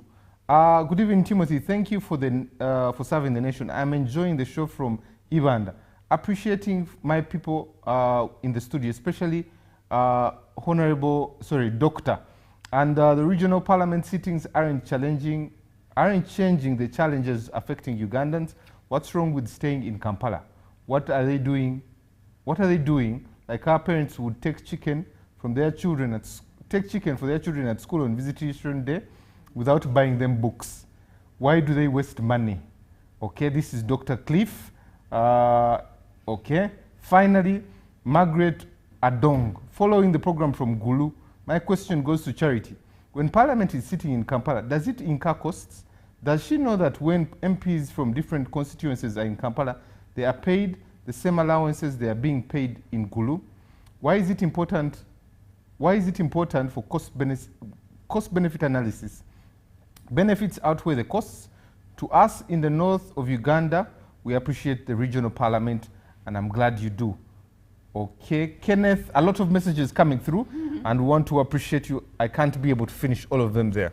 But let me start with Professor, go to Dr. Charity, Honorable Gerard, and then I'll end with Edgar there. Yeah, thank you very much, Timothy. Our topic today was really about democratic nurturing is a civic duty. How committed are citizens to good governance? I know every country has its own internal contradictions and its peculiarities. So every state will fashion the kind of leadership that works for them. And for us today, the parliament fashioned or became creative that they need regional sittings. So that is what they have offered us, and Captain Mike Mukula Honorable has said we should actually be open to new ideas. And earlier I said it's not the first time this is happening. But I wouldn't say the backlash, the responses of the people is actually a testament that there is civic governance. I mean, people are committed to civic governance. People are awake. So people are not, like I know initially we had someone had tried to insinuate that probably Ugandans just don't care. The issue is with all these responses, Ugandans are actually paying attention to this process. They are calculating. Okay. They are counting the cost benefit. So in my view, I think the point, as I've said, is we must each fashion what works for us and not just translate templates. But even as we do that, citizens should be constantly aware, awake, and ask for accountability for these things. Otherwise, in principle, going around and seeing the different parts is a very important thing of building national statehood and of having leaders who are informed about the country and not just their small spaces they come from. Thank you. Before I get to Doctor, let me invite Honorable Regan Okumu to give us his parting shots. Honorable, if you're still with us, your parting shots on the discussion today. First of all, I'm very grateful. I have taken long without following discussion on Ugandan issues. And today I think I will sleep knowing that there is hope, because listening from all the panelists, I think there is a consensus focus. What Uganda requires is a struggle, what I would term as a radical democratic struggle of alliances with the commoners. The commoners come together because of common grievances, and they will be able to address some of these problems. No matter how long it takes, somebody has said, let's plan for the aftermath of the current leadership. And I think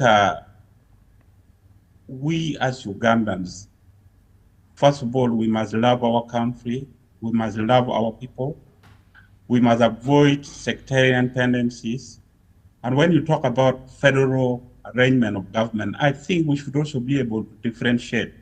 If we want this to evolve, then it should evolve out of political interests of current leadership. It should evolve because of the common goal of Ugandans. And I think we should also distinguish between what is federal and what is fiddle. Because Ugandans tend to mix these two concepts, and sometimes others take the other for the other one. But there is a different, these are two different systems, the federal arrangement, the federal arrangement.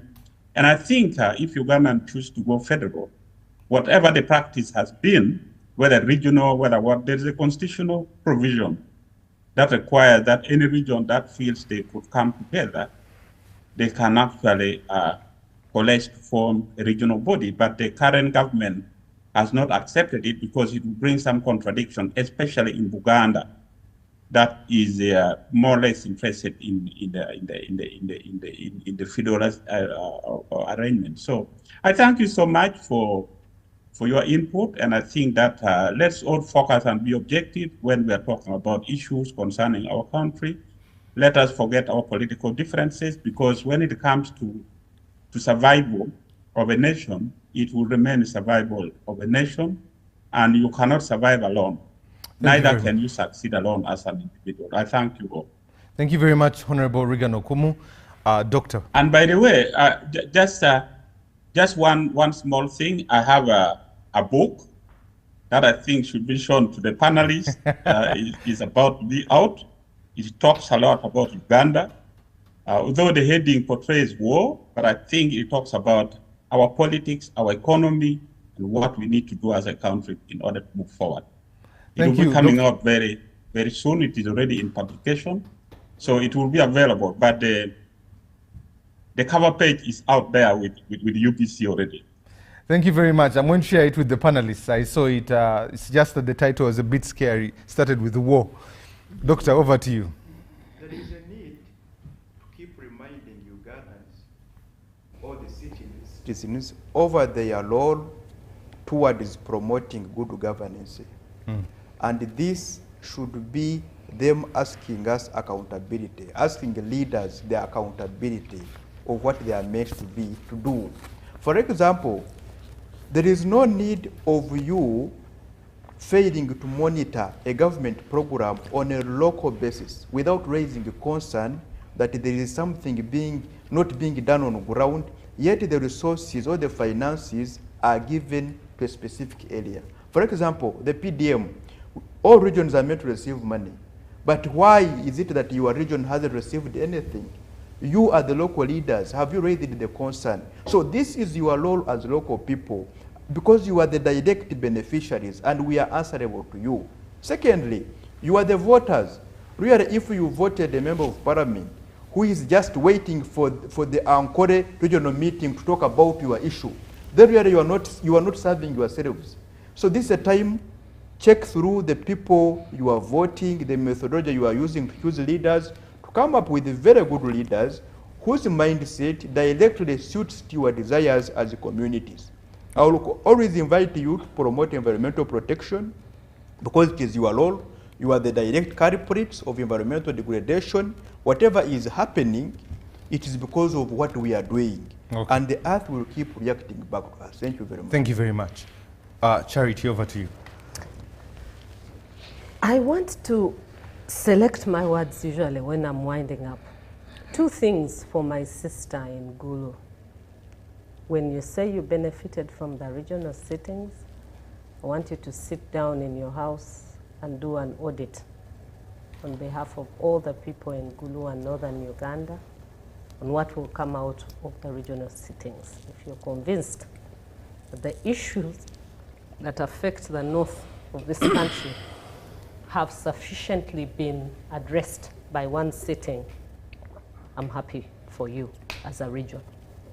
But if you sit down and do an audit and discover that those issues have not been addressed, and yet there are already documents in Parliament that have addressed the issues but nothing has been done, then I choose to ask you to agree with me that it was a wastage of taxpayers' money. Article 17 of the Constitution does put duties and responsibilities on citizens of Uganda. One of them, which most Ugandans know, is paying taxes. But I want to bring to your attention some other duties, like loving legal tender, the shilling, our currency. You should just not get that money and fold it like you always see women in the market folding and putting in the bra. That is wrong. That is not being civically aware. You should hold that tender in the way it is. Hold the money well, neat. So tell the next person when you're in the marketplace that, look, this is our currency and we're supposed to love it.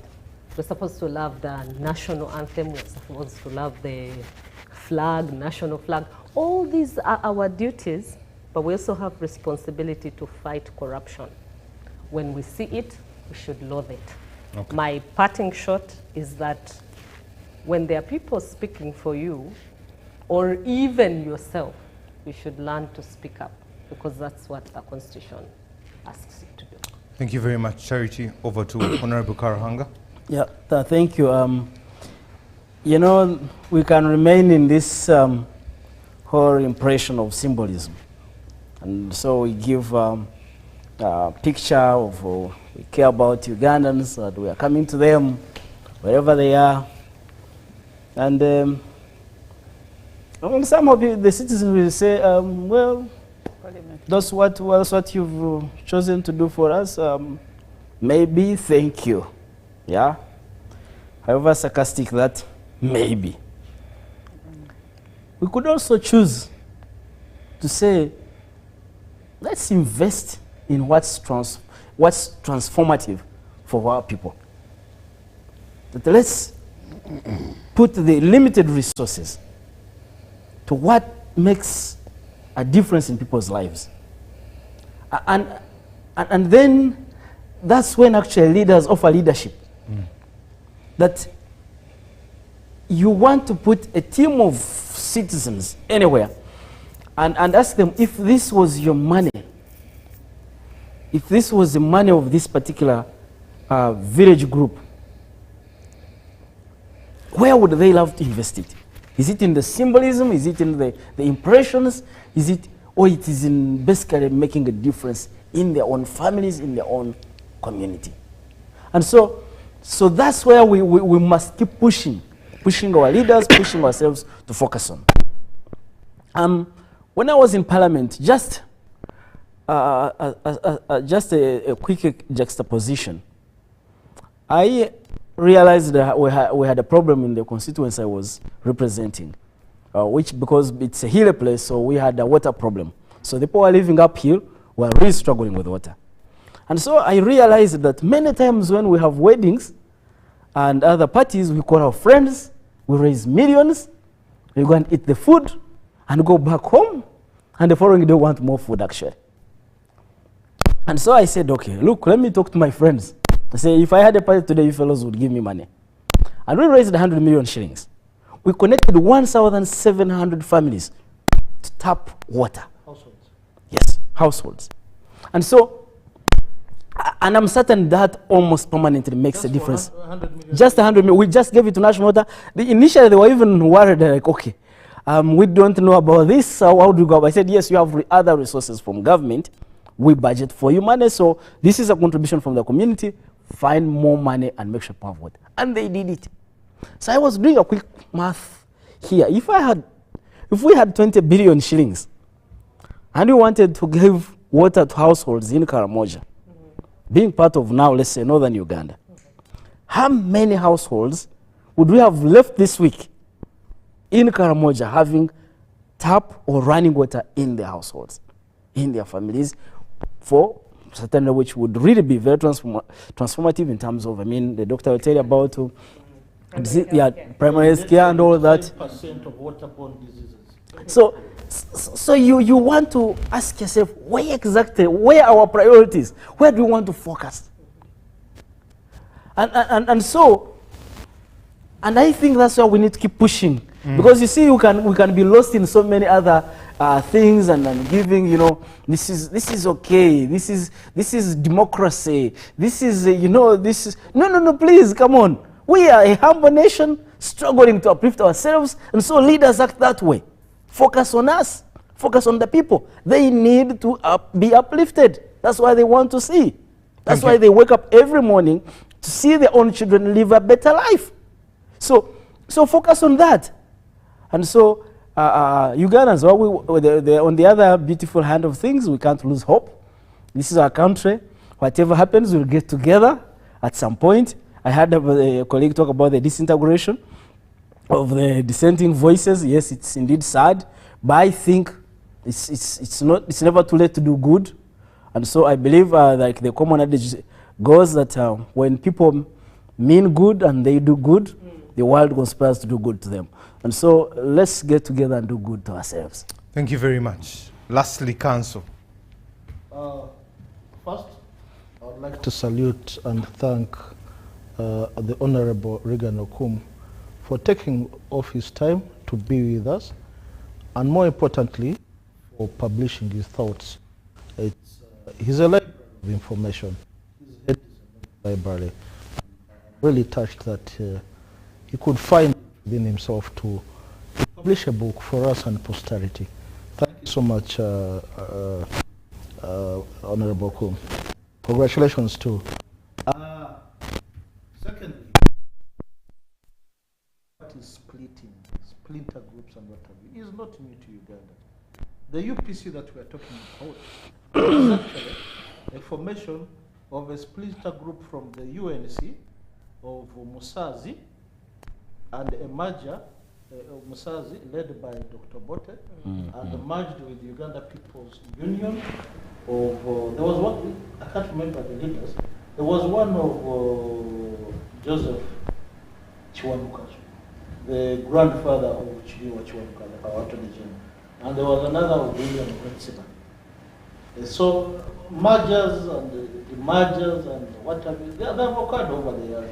1966, there was a clear chasm between the leftists and the rightists, Ibinjira. Even 1964, Ibinjira group and Kakonge. I think the worst was in 66. Yes. The pushes again led by the same Ibinjira, they are pushed out. 79, Kikosi Malum, they are trying to push out Obote from UNLF. So the likes of Rugumayo, Rule was a compromise candidate. They tried to really push UPC out, but and there was even a splinter group from UPC. Surprisingly, with Professor Kamuntu, your good friend, the late Yona Kanyomozi, who was the other person in that group, that they were the first leaders in UPM. But I think they disagreed with Museveni and immediately they camped back to what? UPC. To UPC. In 1984, there was an Acholi group in DP that broke off to form the National Liberal Party. Tiberio Okenyi, Atomo Okenyi, later Andrew Demora. So these things have happened all the time. And it shouldn't be a surprise that it's happened to FDC. I'm very certain it will happen to NRM too. As we head to 2026, there's Nadeshe, the MP for Mbale city, what, I don't know which constituency. There are so many constituencies these days. It comes to NUP. And I think it's until the chief whip of the party. So these things happen, and pluralism, it's very okay. But my parting shots are that the intelligentsia person seated here it is our responsibility everywhere in the world to frame and set the agenda. Now, in our case, we are not here to argue about, we are not here to debate and argue. We are all good debaters in our own right. We are not here to argue and debate as to who is right. We are making attempts at framing what is right for Uganda. And that should be the message we continue putting out there. What is right for Uganda? Is it prioritizing profligate spending, ostentatious living, or establishing public goods that work for the people? If any one of us here, God forbid, were involved in an emergency up country, your first point of arrival for medical emergency, do they have the facilities to attend to you?